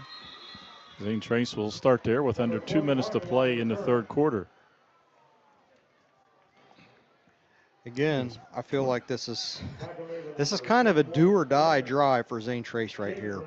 You know, you're down by 2 touchdowns. You're an offense that I wouldn't say is necessarily explosive. You're a ball control type of offense. You don't have a completed pass yet. You're going to have to run the ball to score. You've moved the ball a couple drives, but you haven't been able to convert when you've got down into scoring position. And so, you know, Zane Trace is really going to have to put some points on the board on this drive if they want to stay in the ball game. Down 13-0, under 2 minutes to play third quarter. McCullough under center. They move the running backs, and it's Higgins and Bryce Johnson. And that handoff to Bryce Johnson a little bit late and stuffed up, not much running room. That's under the center, spin around, and it just allows Unioto too much penetration. Yeah, it does. It's, you know, I feel like when Bryce has had success, it's kind of been outside. You know, when Higgins has had success, it's been outside. The same thing last week. You know, Zane Trace plays an undersized center, and so Unioto and Westfall did the same thing last week, Greg. They're getting penetration right through the middle of that Zane Trace offensive line, and they need to make the adjustment to get the ball to the outside. You know, on the outside, the pitches we've talked a lot about, they cut up inside the end a lot of times, not all the way around the end. McCullough wants to throw, looking, now throws to the sideline, incomplete, to throw off his back foot, looking for Hudson Williams in the right flat. Just didn't get it to him, but he was under a lot of pressure, was McCullough. And the clock stops, 3rd down to 9. And 1:04 to play third quarter, 13-0 now Unioto. Third and 9, yeah. This is not where Unioto wants to be. Or, I'm sorry, Zane Trace. Yeah. You know, right now and there's a lot. I mean, football is not a one-man show, but when you look at the stats and you look at the score, Zickafoose has been the man. Yeah, he's Jackson Zickafoose, a senior. He's used his speed, has gotten behind Zane Trace twice for 2 touchdown receptions. McCullough looking to pass, pressure down the middle. He's got a man, can't quite find him. Actually, they wound up 2 receivers side by side. I think it was intended for Hudson Williams, but Higgins was there also within 3 yards. They both were kind of open right there, Greg. I think there was a little confusion on who the ball was thrown to. Neither one of them really went after it, and it dropped. It was a nice throw by Gunner. Yeah. That was about a 25, 30-yard throw down the field. And he threw it on the line right down the middle. And I think there was some confusion. One of those receivers, Williams, or bad snap, low on the ground and just getting it away. And a great punt to the 35-30 and out of bounds at the Unioto 26-yard line. Boy, that was a tremendous punt. I think that's Williams, right? Hudson? Yeah, I thought that we were going to get a penalty flag for running into the kicker, and now a penalty flag comes in really late. Let's see what we got. I don't think it was a personal foul. I think it was just running in. You know, it was almost blocked. It turned out to be a spiraling line drive and went all the way down the line of scrimmage. That was about 25. It was about a 54-yard punt. I don't know if you want to punt it again. Yeah, I would agree. I think you'd almost decline the penalty and take the result of the play. Or do you take it and make it 4th and 4 and try to get a first down? I don't know. The snap was a bounce back. So Williams did a great job fielding the ball on the bad snap and then just did get it away. And now you're going to punt it again. I know a lot of this might be going for because I don't know, punting-wise, you're going to get any better field position. I agree. Than you just got on that tremendous punt by Hudson Williams. I thought it was 3rd down, 4th and 9, Greg, but the way that it was, they only got a 4-yard penalty. I agree with you. Yeah, it looks like maybe there was just some people in the way. Well, it looks like they're back to punt formation, so again, that was a heck of a punt right there by Hudson Williams. I'm kind of surprised they're repunting. Yeah, Zikafu's back again. Snap, not much of a rush, and he gets an even better punt all the way down, a fair catch at the 30, and they do lose yardage on that. Because before, it would have been at the 24, this time at the 30. Zikafus did a good job calling the fair catch, and Unioto will begin at their own 30, leading 13-0, under a minute to play, 3rd quarter. Back to that 3rd down pass by McCullough. Yeah. Higgins and Williams were just, I think one of them maybe was supposed to be short over the middle one. They wound up with about within 2 yards of each other, and I agree with Jaron, a little bit of confusion. I don't know either one could have got it, but a little bit of confusion trying to get to the football. Not a bad pass by McCullough at all. And now Unioto begins at their own 30. Zane Trace defense really needs to force a turnover right here, set their offense up. Or Zane Trace, I'm sorry. Hand off, Braden, left side, nice tackle. No gain on the play. Gunnar McCullough again. No, I'm sorry, Hudson Williams. Yeah, Hudson Williams and Bryce Johnson. Cody Braden has stayed down.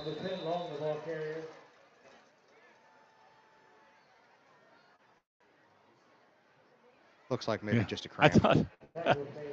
And you know who's helping? Did you see who was helping him with Bryce his cramp? Johnson. Bryce Johnson. Yeah. 2 best running backs and obviously 2 of the top in the SVC.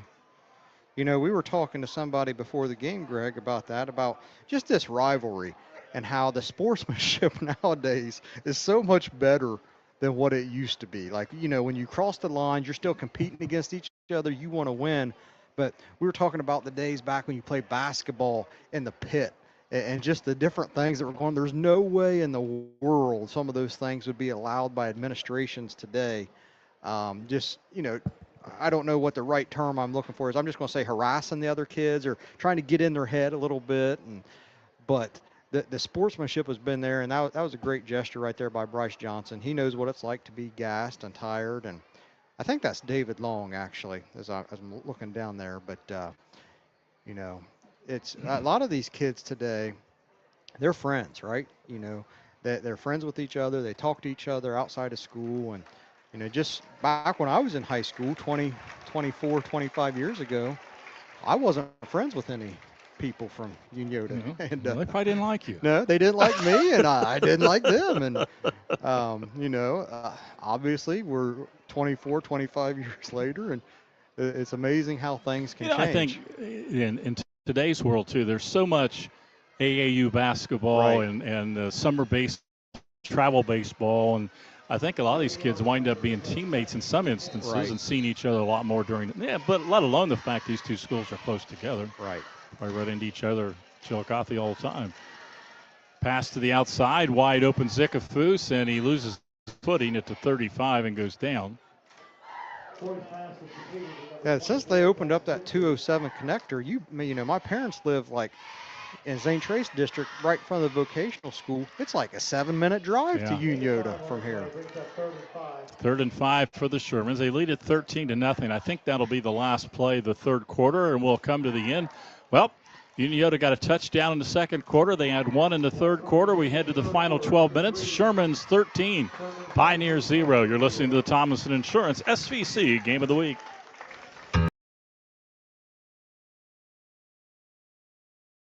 The Lunchbox in Chillicothe, home of the famous pretzel sandwich. Enjoy all-day breakfast, fresh lemonade shake-ups, and a big menu for a small space. Visit us at 24 East Water Street or call 740-775-8624. Delivery, dine-in, and carry-out are available.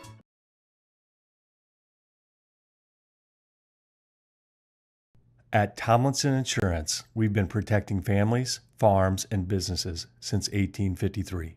From auto, home, farm, life, or health, we tailor coverage that fits your world with multiple carriers to meet your insurance needs. Real people, real service, local agents who can answer the phone and care when it matters most. Tomlinson Insurance. Let our history be your future. Call or stop by today.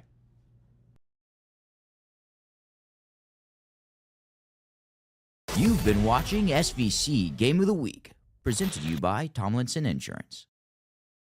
13-0. They have a 3rd and 5. Coy, the only person in the backfield. They got 3 receivers to the right, 2 to the left. They're all spread out on 3rd and 5.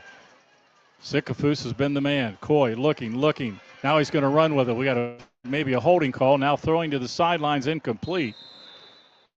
Maybe a holding call, I think, way back there against Unioto. Well, it's 4th and 5. I think you got to decline it and put the pressure on. I think Hoops will punt the ball right here. Well, he punted on 4th and 1 with a 7-point lead. You'd think he's going to punt 4th and 5 with a 13-point lead. Now you gain field position from the spot of the foul. This could push the ball back inside the Unioto 20-yard line. Holding offense number 66. That penalty's declined. Yeah, I agree with Coach Wares on that one. Yeah. You got to make Unioto punt the ball or be put in a 4th down situation where you can get the ball back. Well, you figure they're going to punt, and you're right. Even though it's going to be 3rd and really long, when you got Zikafus on your team, he can just kill you on one play. He's done it twice tonight. Yeah, that incomplete pass right there breaks the streak of 11 straight completions by Isaac Coy. Yeah, I think Isaac's thrown the ball better tonight than we saw him throw against Piketon. Yeah. Didn't need to throw that much against Piketon. They got out to a pretty good lead, but they got single man deep. I believe that's Grady Stewart deep for Zane Trace. Line of scrimmage to 35. Shermans will punt it. And the punt is away. Not a good punt off the side of the foot coming to the right. We got a penalty. We ran into the kicker. That's a huge mistake. Trying to get the block. I believe that was Blake Brower. Running in for the kicker. 5 yards will be close to a 1st down. Yeah, I think the ball was spotted literally right in the middle of the 35-yard line. And that's the 40-yard line is right where the 1st down marker is. I don't even know if they're going to need to measure it. I believe it's going to get a 1st down. Yeah. Oh, huge. It's a hustle mistake. Brower's trying to block the punt. But instead of getting the football, Brower runs into the kicker, a 5-yard penalty on 4th and 5. And now, 2020 hindsight, maybe you're taking the penalty, but you don't know your guy's going to run into the kicker. So a tough, and nobody's more upset I can see with his head down out there is Brower, one of the best linemen in the league. Yeah. He's upset with himself. He made contact and gives the ball back to the Shermans. How about that? The thing is, when you make contact, there's a nice job by the Unioto punter. I think Bryce Derringer kind of selling it a little bit, too. Yeah, he did. Brand new set of downs. Coy wants to throw. Trouble. Rolls to the right. Still rolling. Still looking. Maybe going to run with it. And now shoved out of bounds across the 40. Shoved out by Brower, who chased him to the sideline. He's going to wind up gaining about 4 yards. 40 to the 44. Nice job right there by Isaac. Really didn't have anything down the field. Just decided to tuck the ball away, beat Blake Brower to the outside to pick up 4 yards. 2nd down for the Shermans. Clock stopped with quarterback running out of bounds there. Just underway 4th quarter, 13-0. Shermans on top. 2 touchdown passes from Coy to Zikafus. Both times stop and go pattern. He got behind the secondary. Quick pass to the outside, incomplete. Good coverage by Zane Trace. Forced that pass to the outside, and it's going to bring up 3rd down and 6. Yeah. 3rd and 6, and again, it's one of those things. I think if you're Zane Trace, you know, you're kind of in desperation mode here, right? You got to get the ball back, and maybe you play a little bit closer to him out wide, and maybe you bring a blitz. I think you might give up a big play, but I think the risk might be worth the reward in a situation like this. The Shermans are without one of their mainstays, Long, in that backfield. He was injured. He's trying to get loosened up on the sidelines. 3rd down, throw to the outside. almost intercepted and then caught. No, is it caught? It is. The official says the catch. Who was that? Is that Jack Welch? Welch on the catch. Boy, Welch made it. One of the Pioneers stepped in front of the receiver, thought he was going to get a hand on it, and went over top of his head, and that was almost a blind catch. I don't know how Welch was able to see it, but he pulled it down. Really good pass by Coy, because yes. I think it was Stewart kind of jumped up. Was that Stewart or McCullough? One of those two jumped up, and both those boys are really tall and can jump well, right over the outstretch of their hands and right into Jack Welch's hands. Really good catch by Jack. It was 3rd and 6, and Shermans get a first down, keep this drive alive, leading 13-0. Zane Trace, another chance to get off the field, couldn't do it. And now we got a timeout taken by Unioto. Timeout on the field. Still 13-0. Unioto on top. You're listening to the Thomason Insurance, SVC FM, WXIZ, back in 30. Our employees.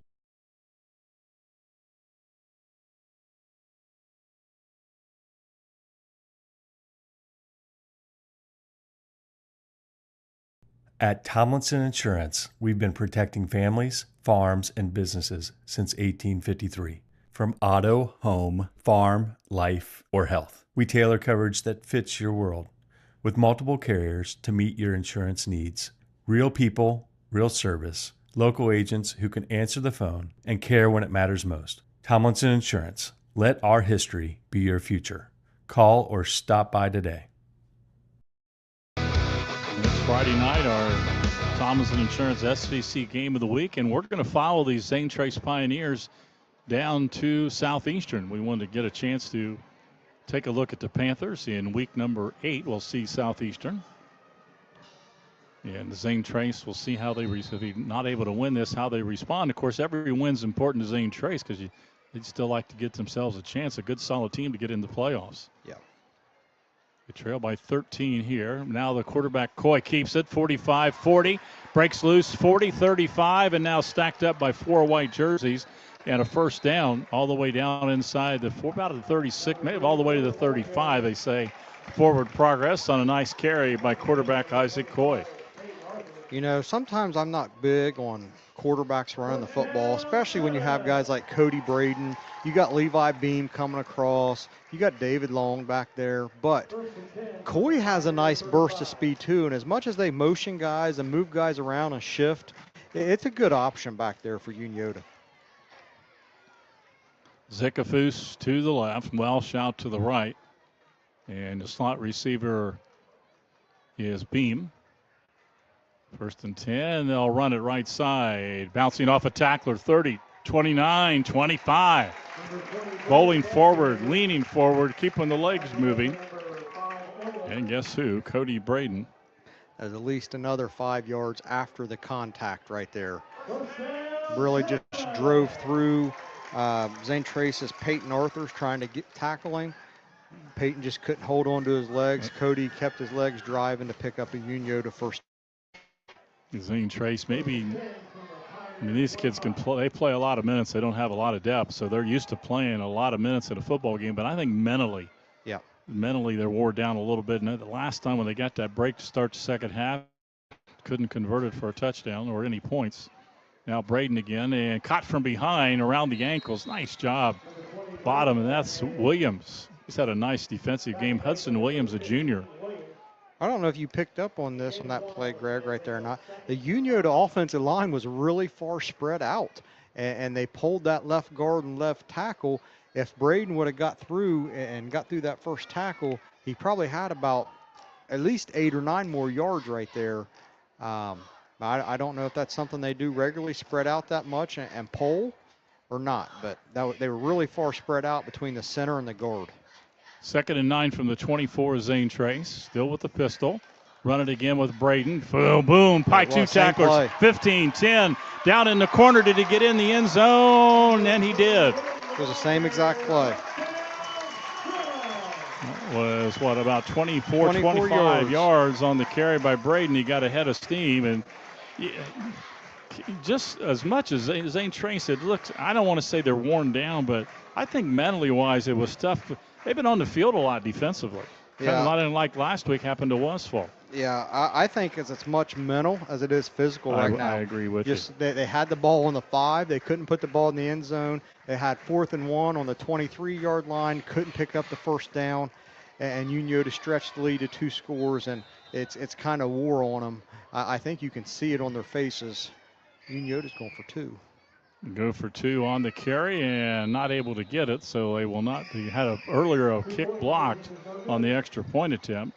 Now they go for 2, don't convert. They lead at 19-0. 8:56 to play in the football game. And we'll have a timeout as well. The Tomlinson Insurance SVC Game of the Week. Sherman's on top, 19-0.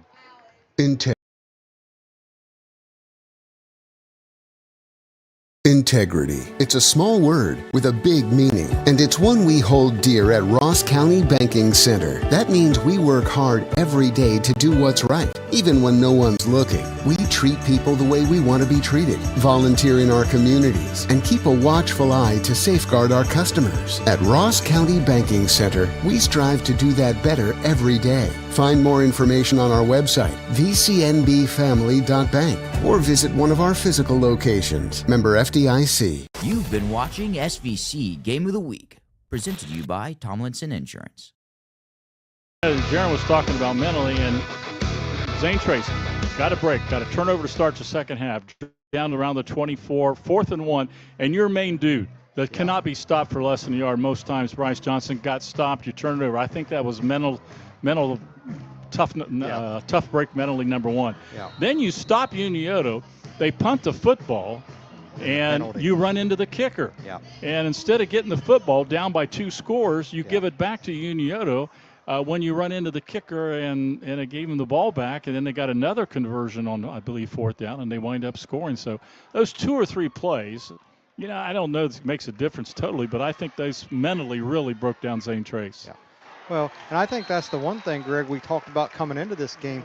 We weren't sure Zane Trace could overcome those types of penalties, those types of turnovers, and it seems to have taken a toll on him here as we're, almost halfway through the 4th quarter. Yeah, that was a great hit. We haven't talked about our Monroe's collision of the night, but that's Judah Zickafoos. He's been a hammer on kickoff coverage. Yeah. And that time he put the hit on the quick Mason Hartley and drove him backwards. That might be a candidate there for Judah. Yeah, he had another good one on kickoff coverage earlier, so he is our leading candidate at the moment.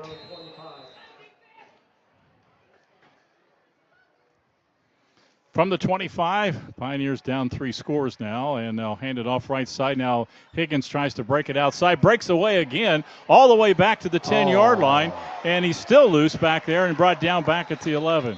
And he ran over the referee, and the referee is down. Yeah, Higgins tried to belly out to the right side, got caught, somehow broke loose, came back to the left side, and we do have the official down on the field. When he came backwards, there was a collision, and hopefully it's not 2, but the official not getting up. Let's take a timeout while they attend to our head official here tonight.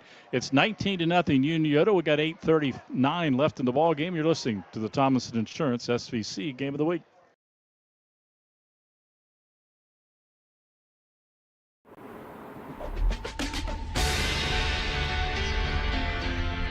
It's not just about saving up. It's learning what it means to earn something for yourself, a few dollars at a time. It's about earning your independence. Every deposit, every goal, every step closer. It's more than just opening an account.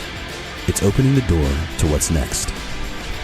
People's Bank, working together, building success. 18-0, and Jaden Higgins trying to make a big play there. He was running to his right. Nowhere to go. He stopped and retreated 5 or 6 yards, tried to belly back all the way to our side of the field.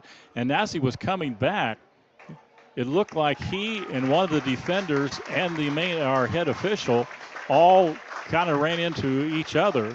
The official went down. It actually helped Jaden break loose momentarily, and then he was tackled. But the official is standing now. I don't know if he'll be able to continue or not. He took a pretty good tumble there. He did. Jaden, he started out to the right, kind of broke loose a little bit, and we're talking 5 yards behind the line of scrimmage, kind of turned around in a circle and came back the other way, And the head referee was kind of right there, and basically he just ran him over as the Unioto defender was chasing him. I think the Unioto defender may have ran over him too. And, Higgins was trying to make a big play. He lost about 15 yards. He lost 15 yards trying to go backwards. But right now the concern, I think, is just the official. It looks like he's going to try to continue. Hopefully he just maybe got the wind knocked out of him. The Unioto players giving him a hug. So it looks like he's going to continue. So I tell you what, refereeing is not easy anymore, Greg. Yeah. He is the official. Will stay in the game. He's back he's there talking to Jaden. Says, don't do that again. Man, Jaden, you were going right. Why didn't you keep going? You came back and ran right over me. Yeah. Jaden said, I'm just trying to get loose. Jaden retreated probably 20 yards eventually trying to get back coming this way, and he loses 15. Now it's second and a country mile for the Pioneers. Put a man in motion, Williams. Ball's back at the 10. McCullough rolls to his right, wants to throw, going to throw down the right side. Double coverage, did he catch it? Grady Stewart. Well, what a catch. It was double covered, and somehow Stewart came up with a catch between two defenders, and he got a first down. Nice catch by Grady Stewart. Good throw by Gunnar McCullough. That's a gain from the 10 out to the 35, actually a 26-yard pass play, one of the biggest plays of the night for Zane Trace. It is the biggest play of the night. That was a great catch. That was a great pass, but Grady Stewart had to go up in the air, had to jump well in the air and pick it off at the top of his leap, or catch it at the top of his leap. Quick bubble pass right side. Hartley's got loose, 40-45, and almost near another first down and up around the 46-yard line. Just a quick hitch pattern out. Looks like they're going to give him the first down. To Mason Hartley, and I think they're going to give him 10 yards and move the chains. Clock should start when they set the chains here. Now they move him. Clock at 8:06, 19-0 Unioto. But Zane Trace at least can gain some momentum if they can go down and get on. They've been down there twice. They were at the 5 in the first half and didn't score. Now a quick McCullough straight ahead on the run. He falls forward for maybe 3 or 4 out near the midfield stripe. Trying to remember, Jeremy, Zane Trace drove to the 5. That's when they had third and short, got stopped, but they had a block in the back. Yes. Moved them back. They missed the field goal. Then after getting a fumble to start the second half, I think they started the second half at the 45 of Unioto and got down inside the 25. McCullough will run it again, hit it to 50. Got nice tackle. He got submarined right around the legs. Looks like big number 57, I believe. Nice tackle by Jarvis, 200-pound senior. Boy, Jarvis just came in low and put the hit on McCullough. 3rd and 5 for Zane Trace. At the 50-yard line, Pioneers clock moving down near 7 minutes left in the game. Looked like a blitz. Now McCullough, quick pass. They're going to go to a flea flicker pass down the sidelines, just incomplete. They threw it to Stewart. Stewart then was behind the quarterback. He stopped and was looking downfield deep. And pass was intended for Lucas Euler. Incomplete. I think it was a good play call. I like the play. I like. Good job. Zane Trace back pretty well. They, Euler. He was open by maybe 2 yards. Almost a perfect pass. But he made it wasn't a bad throw, no. Just maybe a couple yards too far out ahead of him. And they'll go for it. Zane Trace on 4th down and a long 5, ball right on the 50. McCullough back to pass, 4th down, looking, throws sideline, got his man at the 41, and I think a first down. Grady Stewart. Stewart's had a good game tonight. Stewart makes the catch. I'm not sure about the spot. He was down almost to the 40, but maybe he was coming back. Or they spotted to 42. Either way, it's a first down on the completion. 8-yard pickup. Tell you, Zane Trace is throwing the ball well here. You almost start asking They're going to yourself, need that the rest of the year. Yeah, well, maybe we should do that more in the first half. I'm sure they haven't had too many opponents this year. They just haven't been able to use that thunder and lightning of Johnson and Higgins. Not tonight as much. It's hard to maintain a long drive with that. McCullough back to pass. A lot of time down the middle. Got a man and caught. Good hit quickly by Unioto. Great catch by Higgins. Yeah, that might have been similar to that earlier pattern where we told you that Williams was close. Yeah. And now Higgins is going to squat for a moment. He took a pretty good hit in the breadbasket, hung onto the ball at the 20. That's 22-yard pass play. Down to the 20-yard line as Zane Trace trying to get into the end zone. Still 6:30 to play in the ball game. First and 10 from the Sherman 20. Again, Zane Trace moving the ball, throwing the football. That was a nice catch by Higgins. Good pass, McCullough. Here comes a blitz. McCullough rolling to the right. A lot of pressure. Now throws it. Oh, no. And intercepted down at the 5-yard line. A lot of black jerseys intercepted back out to the 10, all the way across, and now a penalty flag. We got two penalty flags. One back by the passer, and then one I think was a holding on Unioto after the interception. I'm not sure what the first one was. Zickafoos picked it off. I tell you, Gunner was a little bit off balance, rolling to his right. He had a receiver down around the goal line, but there was 2 or 3 black jerseys. The ball floated a bit, and Zickafoos was able to grab it at the 5. So Unioto's acting like they're going to get the football. So they brought it back out. Zickafoos on the return at the 10. It could be half the distance. They could get it back to 5 if there's a penalty on the return. Now, what was the original penalty? Was it holding Zane Trace or roughing the passer? I don't think it was roughing the passer. I don't think so either. The officials conferring. 6:11 left in the ball game.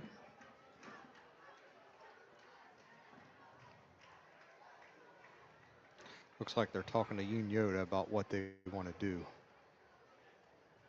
Yeah, that tells me it might have been holding, but you want to decline the penalty. That, yeah.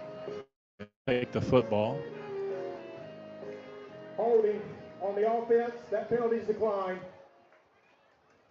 Blocking the back. 86 black after the interception. That penalty will be enforced. Half the distance to the goal. So we were correct. It was holding. They declined the holding call. Unioto will get the interception.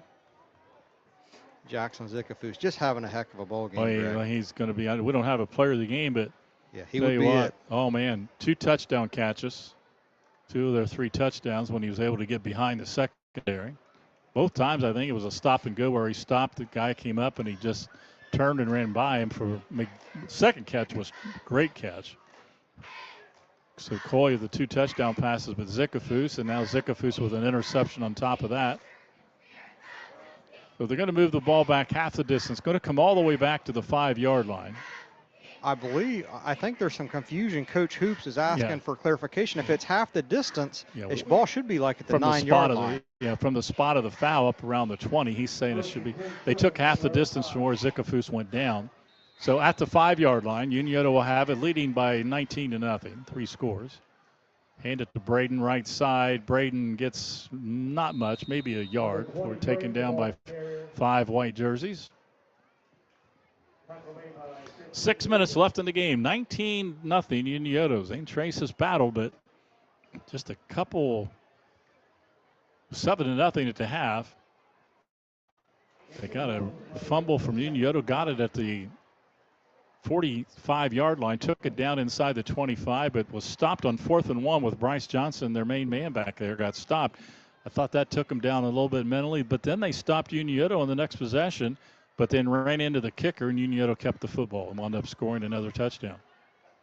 A couple of big, tough mental breaks that I think hurt Pioneers mentally. Now they got room on the left side. Nice tackle. Hudson Williams. He's had a good defensive game tonight, Hudson Williams, and he makes the tackle maybe for a loss. They tried to run around the left end. He's going to lose a couple yards. I got to give Zane Trace credit, Jaron. They're down 19-0. Yeah. I talk about mentally, but they're not. They're really playing hard still. No, they are. Hudson, he was one of the leading tacklers last year as a sophomore in the SVC. He's had a really good season, had a nice punt. He's the punter for Zane Trace. He's had a good season again for Zane Trace, and he's one of those guys that, as a junior, Zane Trace is kind of leaning on, plays both sides of the football, tight end, middle linebacker, punter. Unioto's going to let the play clock run down. 4:38. They're going to call a timeout here on 3rd and about 13, right in the shadow of their own goalpost. So let's take another timeout. It's the Thomason Insurance SVC Game of the Week. Back in 30 seconds. Stressed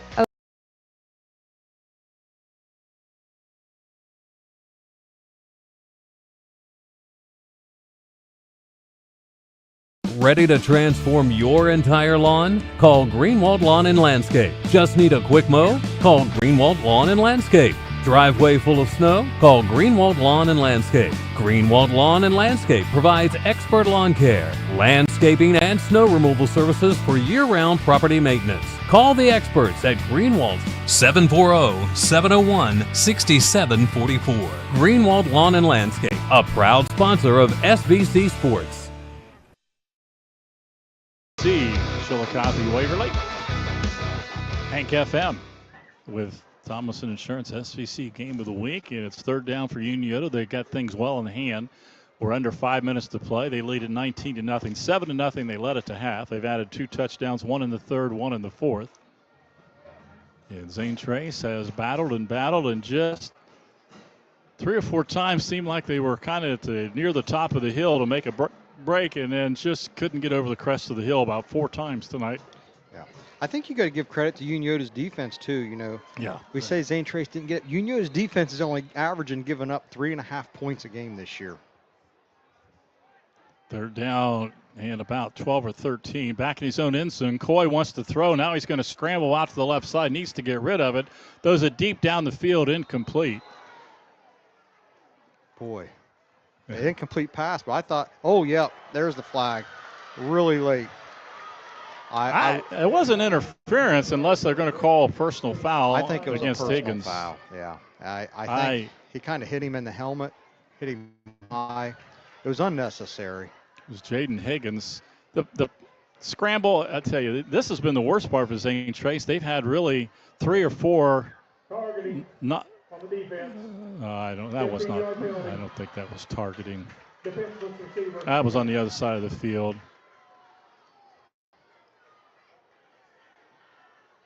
Higgins, he shoulder to shoulder. The pass was a little bit long, and he went ahead shoulder to shoulder and hit the receiver down. It was not going to be complete. It was going to be 4th down. Unioto kicking from their own end zone. Yeah.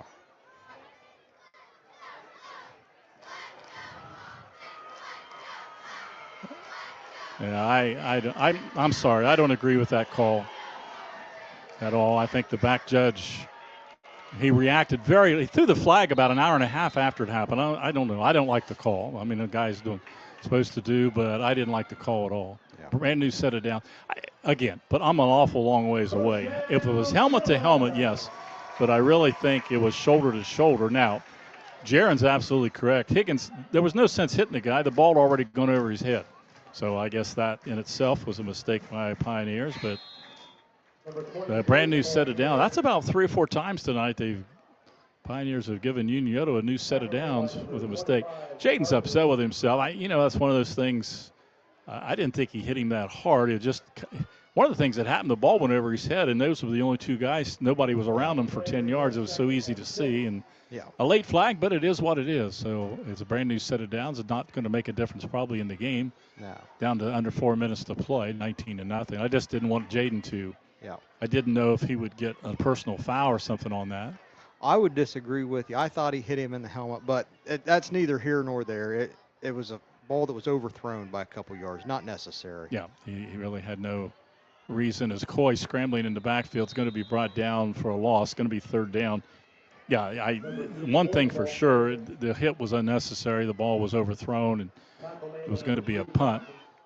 And to be truthful, the hit took place 10 yards on the far sidelines from the Zane Trace bench. You know, the other thing, to your point, Jaron, I didn't see Zane Trace coaching staff now the fans booed, but I didn't see the coaching staff being that upset. And they were right beside it. Yeah. So maybe they were okay with it. I thought it was the right call, but he could have thrown the flag earlier. I think it looked bad that he waited. Literally, it seemed like a minute or 2, probably 10 seconds, but he could have thrown it earlier.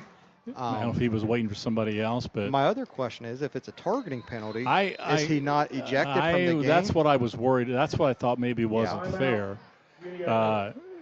At the least, a personal foul. You're allowed 2 personal fouls, and now Union is going to call timeout on 3rd and 9. We'll keep it right here. Reminding you, next week we're going to travel our first look at Southeastern. We'll get a chance to see the Panthers play in week number 8. and they will host these Zane Trace Pioneers. That's why I didn't want it to happen. Right. We're doing Zane Trace, and I want to watch Jaden run the ball next week. It's so good. And he looks dejected over there Oh, on the sideline. absolutely. He didn't mean anything by it. I don't think it was intentional. Just I agree. One of those things. He went to hit him, and it was right there. And, darn if you do, I definitely don't think anything was intentional with it. And kind of feel bad for him. You see him kind of kneeling down, his head down a little bit. Definitely a bad situation. Two of the tough plays tonight against Zane Trace. Blake Brower ran into the kicker when they got the ball. One of the linemen in the league, Jaden Higgins, is one of the top backs. He plays defensive safety, and he's a junior. Yes. Brower's a junior, so you learn a little bit from it. Those penalties give Unioto the ball back, but now Unioto will have it, 3rd and 9. Still deep in their own territory. So looking here, Coy took off with it that time, scrambling. Under 3 minutes to play, 19-0 Unioto. Snap, and wow. Tell you, the two offensive linemen came off the ball. They came off the ball really well. I'll give them credit, but that's a type of play right there that maybe you kind of lose control of the game as an official. You want to make sure, listen, there's 2 minutes and 56 seconds left. I'm not saying the game is over, but Zane Trace would have to have almost a miracle of a comeback to win this. You want to make sure you get out of here. Nothing silly happens. Nobody loses any players for the next game. Nobody gets injured. I think it's important right now for the officials to get control of the game.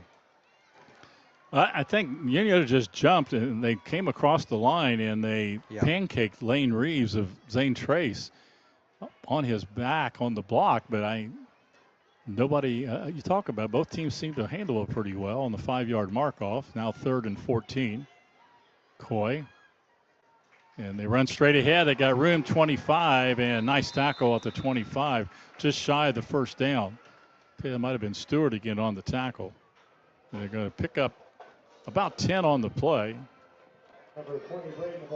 Braden carried the ball. That might have been a direct Wildcat snap to Braden. He carried the ball to the 25.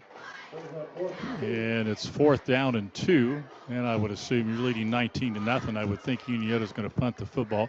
They're going to let the clock run all the way down. 2:25 left in the game. They can run it down to about 2:10 and call timeout with the play clock still 10 seconds. I don't buy that they're going to run a play right now. Yeah, if you're Zane Trace, you can't jump off sides. You go for it in your own territory. Now they are. Coy throws it to the outside, and they throw it away. Wow. What in the world?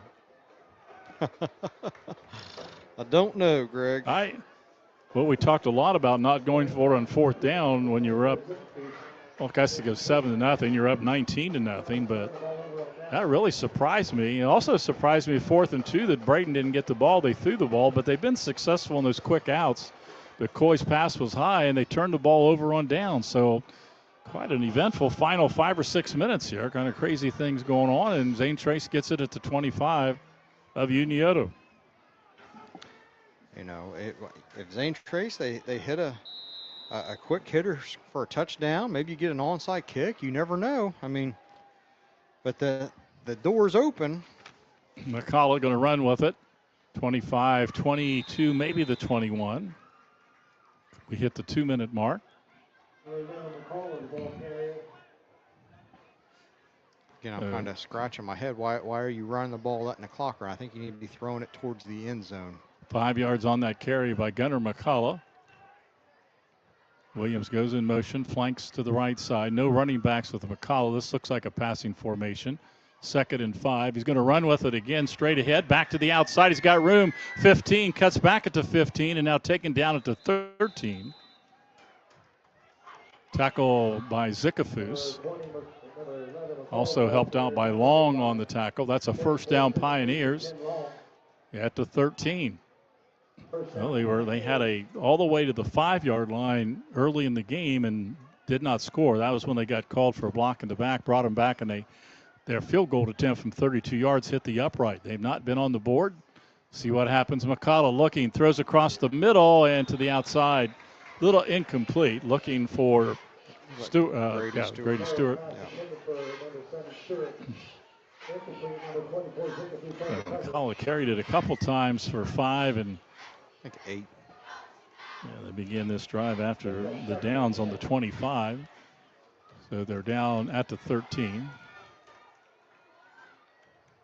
So second down and 10. Clock stopped on the incomplete pass. 1 minute and 16 seconds remain. Zane Trace trailing 19-0. They'd like to get on the board.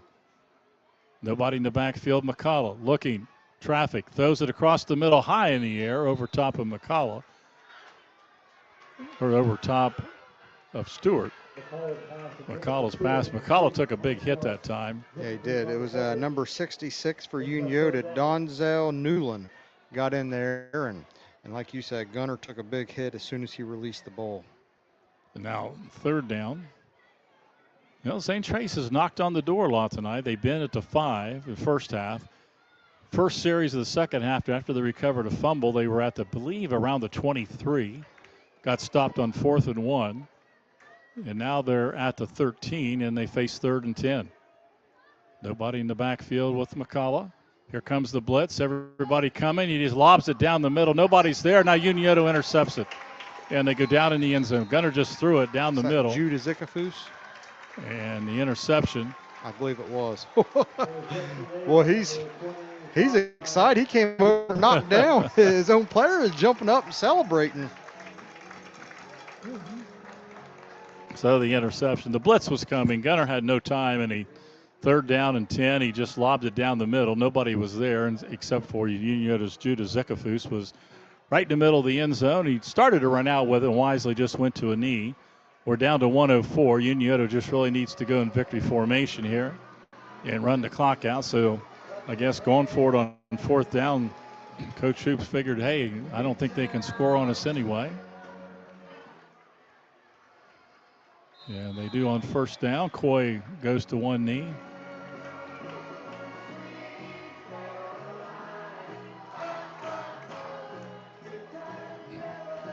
Clock moving. We got 30 seconds on the play clock, so they only have to run one more play. 19-0. Shermans are going to win this battle and go to 4-0 in conference play, 7-0 overall. Coy under center, kneels one more time, and that will do it.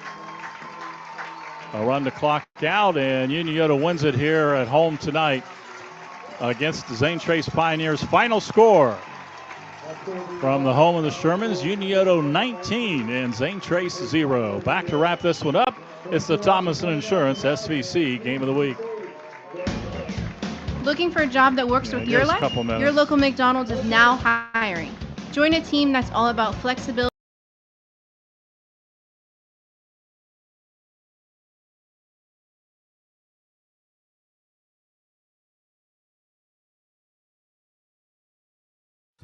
Oh, my mower won't start. I know what to do. Take it to Matheny's Small Engine Repair, located on Savageville School Road in between Jackson and Chillicothe. Matheny's is now an official Encore dealer with both new commercial and residential models on display. They'll get you up and mowing.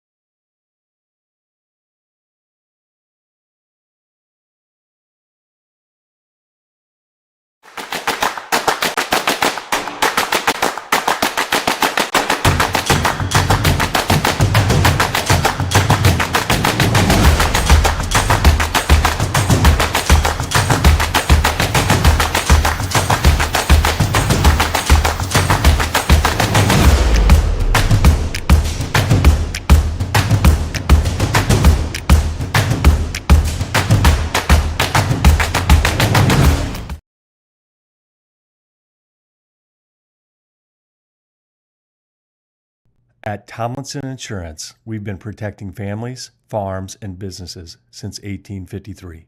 From auto, home, farm, life, or health, we tailor coverage that fits your world with multiple carriers to meet your insurance needs. Real people, real service, local agents who can answer the phone and care when it matters most. Tomlinson Insurance. Let our history be your future. Call or stop by today.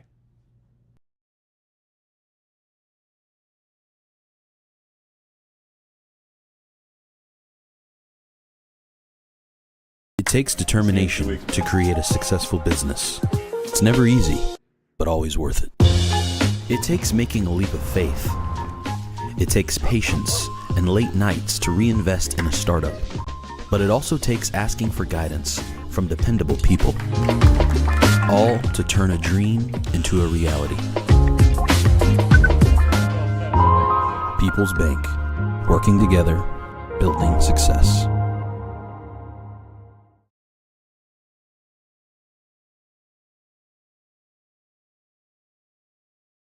Our employees certainly get the credit for that growth.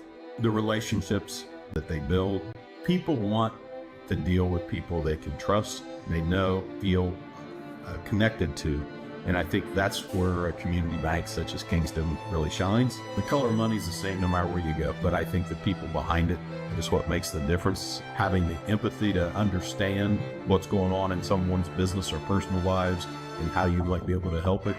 I think our customers expect that, want that, and truthfully, they deserve that.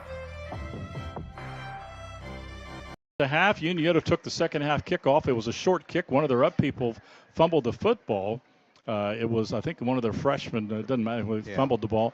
And Unioto took over, Zane Trace took over right off the bat at the Unioto 45, down 7-0. You think, hey, Jaron even said maybe that's the break that the Pioneers needed. But they drove the ball down to around the 23, had 4th and 1. Give Unioto credit. They stopped the human bowling ball, Bryce Johnson, who's tough to stop on 1 yard, but they stopped him short of the marker and took over on downs. They took over at their own 25 and drove down the field. Second time on the night. Zikafus took a stop-and-go pattern. It was 4th down and short yardage. I believe it was 4th down, if I'm not mistaken. Yeah. And they went a short yardage, went to fake on the stop pattern. He took off, ran behind the secondary, and Zikafus had his second touchdown reception of the night. 2 minutes to play third quarter, and that was a 15-yard touchdown pass. Extra point kick was blocked 13-0. Zane Trace couldn't get anything going out on downs. Unioto took over at their own 30. A 70-yard touchdown drive began to really kind of take control of the line of scrimmage. At that point, I thought, at the beginning of that drive, they actually were going to punt the ball, and Zane Trace ran into the kicker.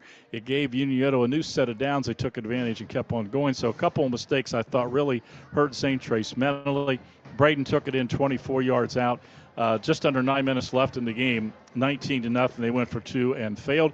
Nobody scored the rest of the way. Zane Trace had a couple opportunities in the territory, deep territory of Unioto, at least inside the 25, but Unioto's defense came up. Both Zikafuses with an interception. Justin and Judah each had an interception there in the fourth quarter to stop Zane Trace drives. 19-0 the final. Jaron? Yeah, let's look at some of the stats. We'll start with Unioto. Running the football 29 times tonight for 139 yards. 81 of those goes to Cody Braden. Another solid performance by him. I think what really stood out to me tonight about Cody was his ability to break tackles. I would bet that half of those yards came after the initial contact. Really good job by him tonight. Isaac Coy ran the ball 8 times for 53 yards.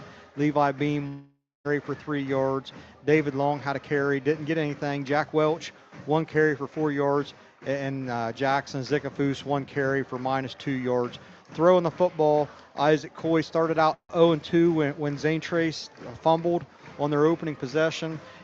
Incompletions on his first passes, he went off to nail 11 in a row after that. He finished the game 12 of 16 for 127 yards, 2 touchdowns. Jackson Zikafus, 5 catches, 59 yards. 2 of those were touchdowns. Great game by Jackson Zikafus. Jack Welch, 2 catches, 13 yards. Levi Beam, 2 catches, 20 yards. David Long, 2 catches, 37 yards on the tight end, sneaking out there a couple times. And Cody Braden had a catch also. Fumble recovery for Cody Braden there in the first quarter. Interceptions by Jackson and Judah Zikafus. Speaking of Judah Zikafus, we're going to try to get down to him here shortly when we get off the air, give him the Monroe collision of the game. Flipping over to Zane Trace. Ran the ball 35 times for 104 yards. 58 of those goes to Bryce Johnson. Jaden Higgins had 8 carries, 13 yards. He did lose 15 yards on the 1 carry in the fourth quarter, so his numbers were kind of messed up a little bit right there. Gunnar McCullough, 9 carries, 32 yards. Hudson Williams, 1 carry for a yard. Gunnar McCullough finished 4 of 12, 64 yards, 2 interceptions there late in the game. Just to kind of summarize the game, I think, Greg, I think from my perspective, I think coming into the game, we knew after watching Zane Trace, they were going to have to clean some things up. They couldn't afford turnovers. They couldn't afford penalties. Those really hurt them last week against Westfall, especially in the first half. And you think about the opportunities that Zane Trace had. They had the ball down on the 5-yard line when they had the 21 play drive that lasted 11 and a half minutes. They had the block in the back on 3rd down that put them back at the 15-yard line. The field goal attempt hit the field goal post on the right post. Did not get any points out of a 21 play drive at 11 and a half minutes. They get to halftime. They're only down 7-0. You're, as a Zane Trace fan, you're thinking, oh, okay, we got a chance. We got to get a stop right here. They recover a fumble on the opening kickoff, go 23 yards to about the 23-yard line. 4th down and 1, they can't convert. That's 2 opportunities right there. So Unioto gets the ball back. Zane Trace stops them. They force Unioto into a punt. They run into the punter to give him a 1st down. And you think about, the game finishes 19-0. Those are 3 huge plays that really affected this game. And it was one of those things. Unioto had room for error. You think about the touchdown pass to 28 yards to Jackson Zicafus. It was 3rd and 19, I believe. Unioto can recover from those types of situations because they have the ability to throw the ball deep, anytime they want during the game. The way Zane Trace is built, they're not a team that likes to play behind the sticks, behind schedule, and just those 3 errors, those 3 mistakes really, really hurt the Pioneers tonight because I thought they played well. I thought they played well. Their defense played well. But at the end of the day, you can talk about Zane Trace making mistakes. Unioto's defense has been stingy all year, Greg. They average giving up 3.5 points a game. They pitch a shutout tonight. I thought their offense could have played a little bit better, but they got to win, and they're in control of their own destiny here the last 3 weeks of the regular season to lock up another SVC championship. Well, that sums it up. And again, Unioto, I think overall I agree with really agree with your one point. When you get in those situations, Unioto had enough weapons, and twice, I think it was 3rd and long, 4th and long, they get a pass to Zicafus, got behind everyone. Twice, they were 3rd and long or 4th and long and recover for a touchdown. Zane Trace is not built quite that way. I thought Gunnar made some nice passes tonight. But any chance you had, all of a sudden you run into the kicker, you get stopped on 4th and 1 at their 23, the things you just talked about. Any chance that you had, if it's 7-7 or you get back 13-7, but when you got down then finally 19-0, it was just too much for them to overcome. No doubt about it. Too much to overcome for Zane Trace, and Unioto, as you said, hangs on and maybe headed for another SVC championship with 3 weeks to go for the Shermans. Well, thank you to everyone back at the studios for helping us out tonight. Christine always gets me on the air, gets me to the right email, gets me on the air to get us started. And thanks to all of our great sponsors tonight, as those great sponsors, including our Tomlinson Insurance SVC Game of the Week sponsor. Our other great sponsors tonight, obviously, always with local McDonald's restaurants, Ross County Banking Center, Chillicothe Signs and Screen Printing, Greenwald Lawn and Landscape, The Lunchbox, Recreations, Kingston National Bank, and Monroe's Collision. Speaking of Monroe's Collision, Greg, Judah Zicafus is standing on there. I said earlier, make sure I say that again. He's going to get our Monroe's Collision of the game. His 2 big hits on the kickoff coverage. All right, we'll take off and do that as well. Thanks to Vanessa, who always does a great job taking care of us, making sure we're running smooth on our SVC Game of the Week. Next week, we were going to be traveling. As we told you, we're going to head a little bit of change from our original schedule, but we want to get a chance to see South we'll follow these Pioneers, see how they recover from tonight. Zane Trace at Southeastern. Our game of the week next Friday night right here on the home of the SVC, 100.9 WXIZ. Jaron, great job once again. We'll see you. Well, I won't see you next week. You're headed to do Chillicothe, right? That's right. I'm doing Chillicothe week 8 and week 10, so you'll be without me next week. All right. And lucky you, Greg. All right, you just told me Chillicothe did win the game tonight, I don't know right? if that's Okay, a final. they Or were our up. buddy Mike texted us they're up 28-21. I don't know if that's a final. That's a Okay, big win for Chillicothe. Yeah, if they're can hold playing on. at Washington Courthouse, that would be a big FAC win. Well, we're going to send Jaron down and find Mr. Zickafoos to hand that Monroe's Collision with those kickoff coverage hits that he had tonight as well. That'll do it from Unioto. Glad to have you along. Thanks for listening in. Greg Bigham, Jaron Cox from the home of the Shermans. For one more time. Unioto 19, Zane Trace nothing. Have a great weekend, everyone. Stay safe, and we'll see you next Friday night on the home of the SVC, WXIZ. Good night.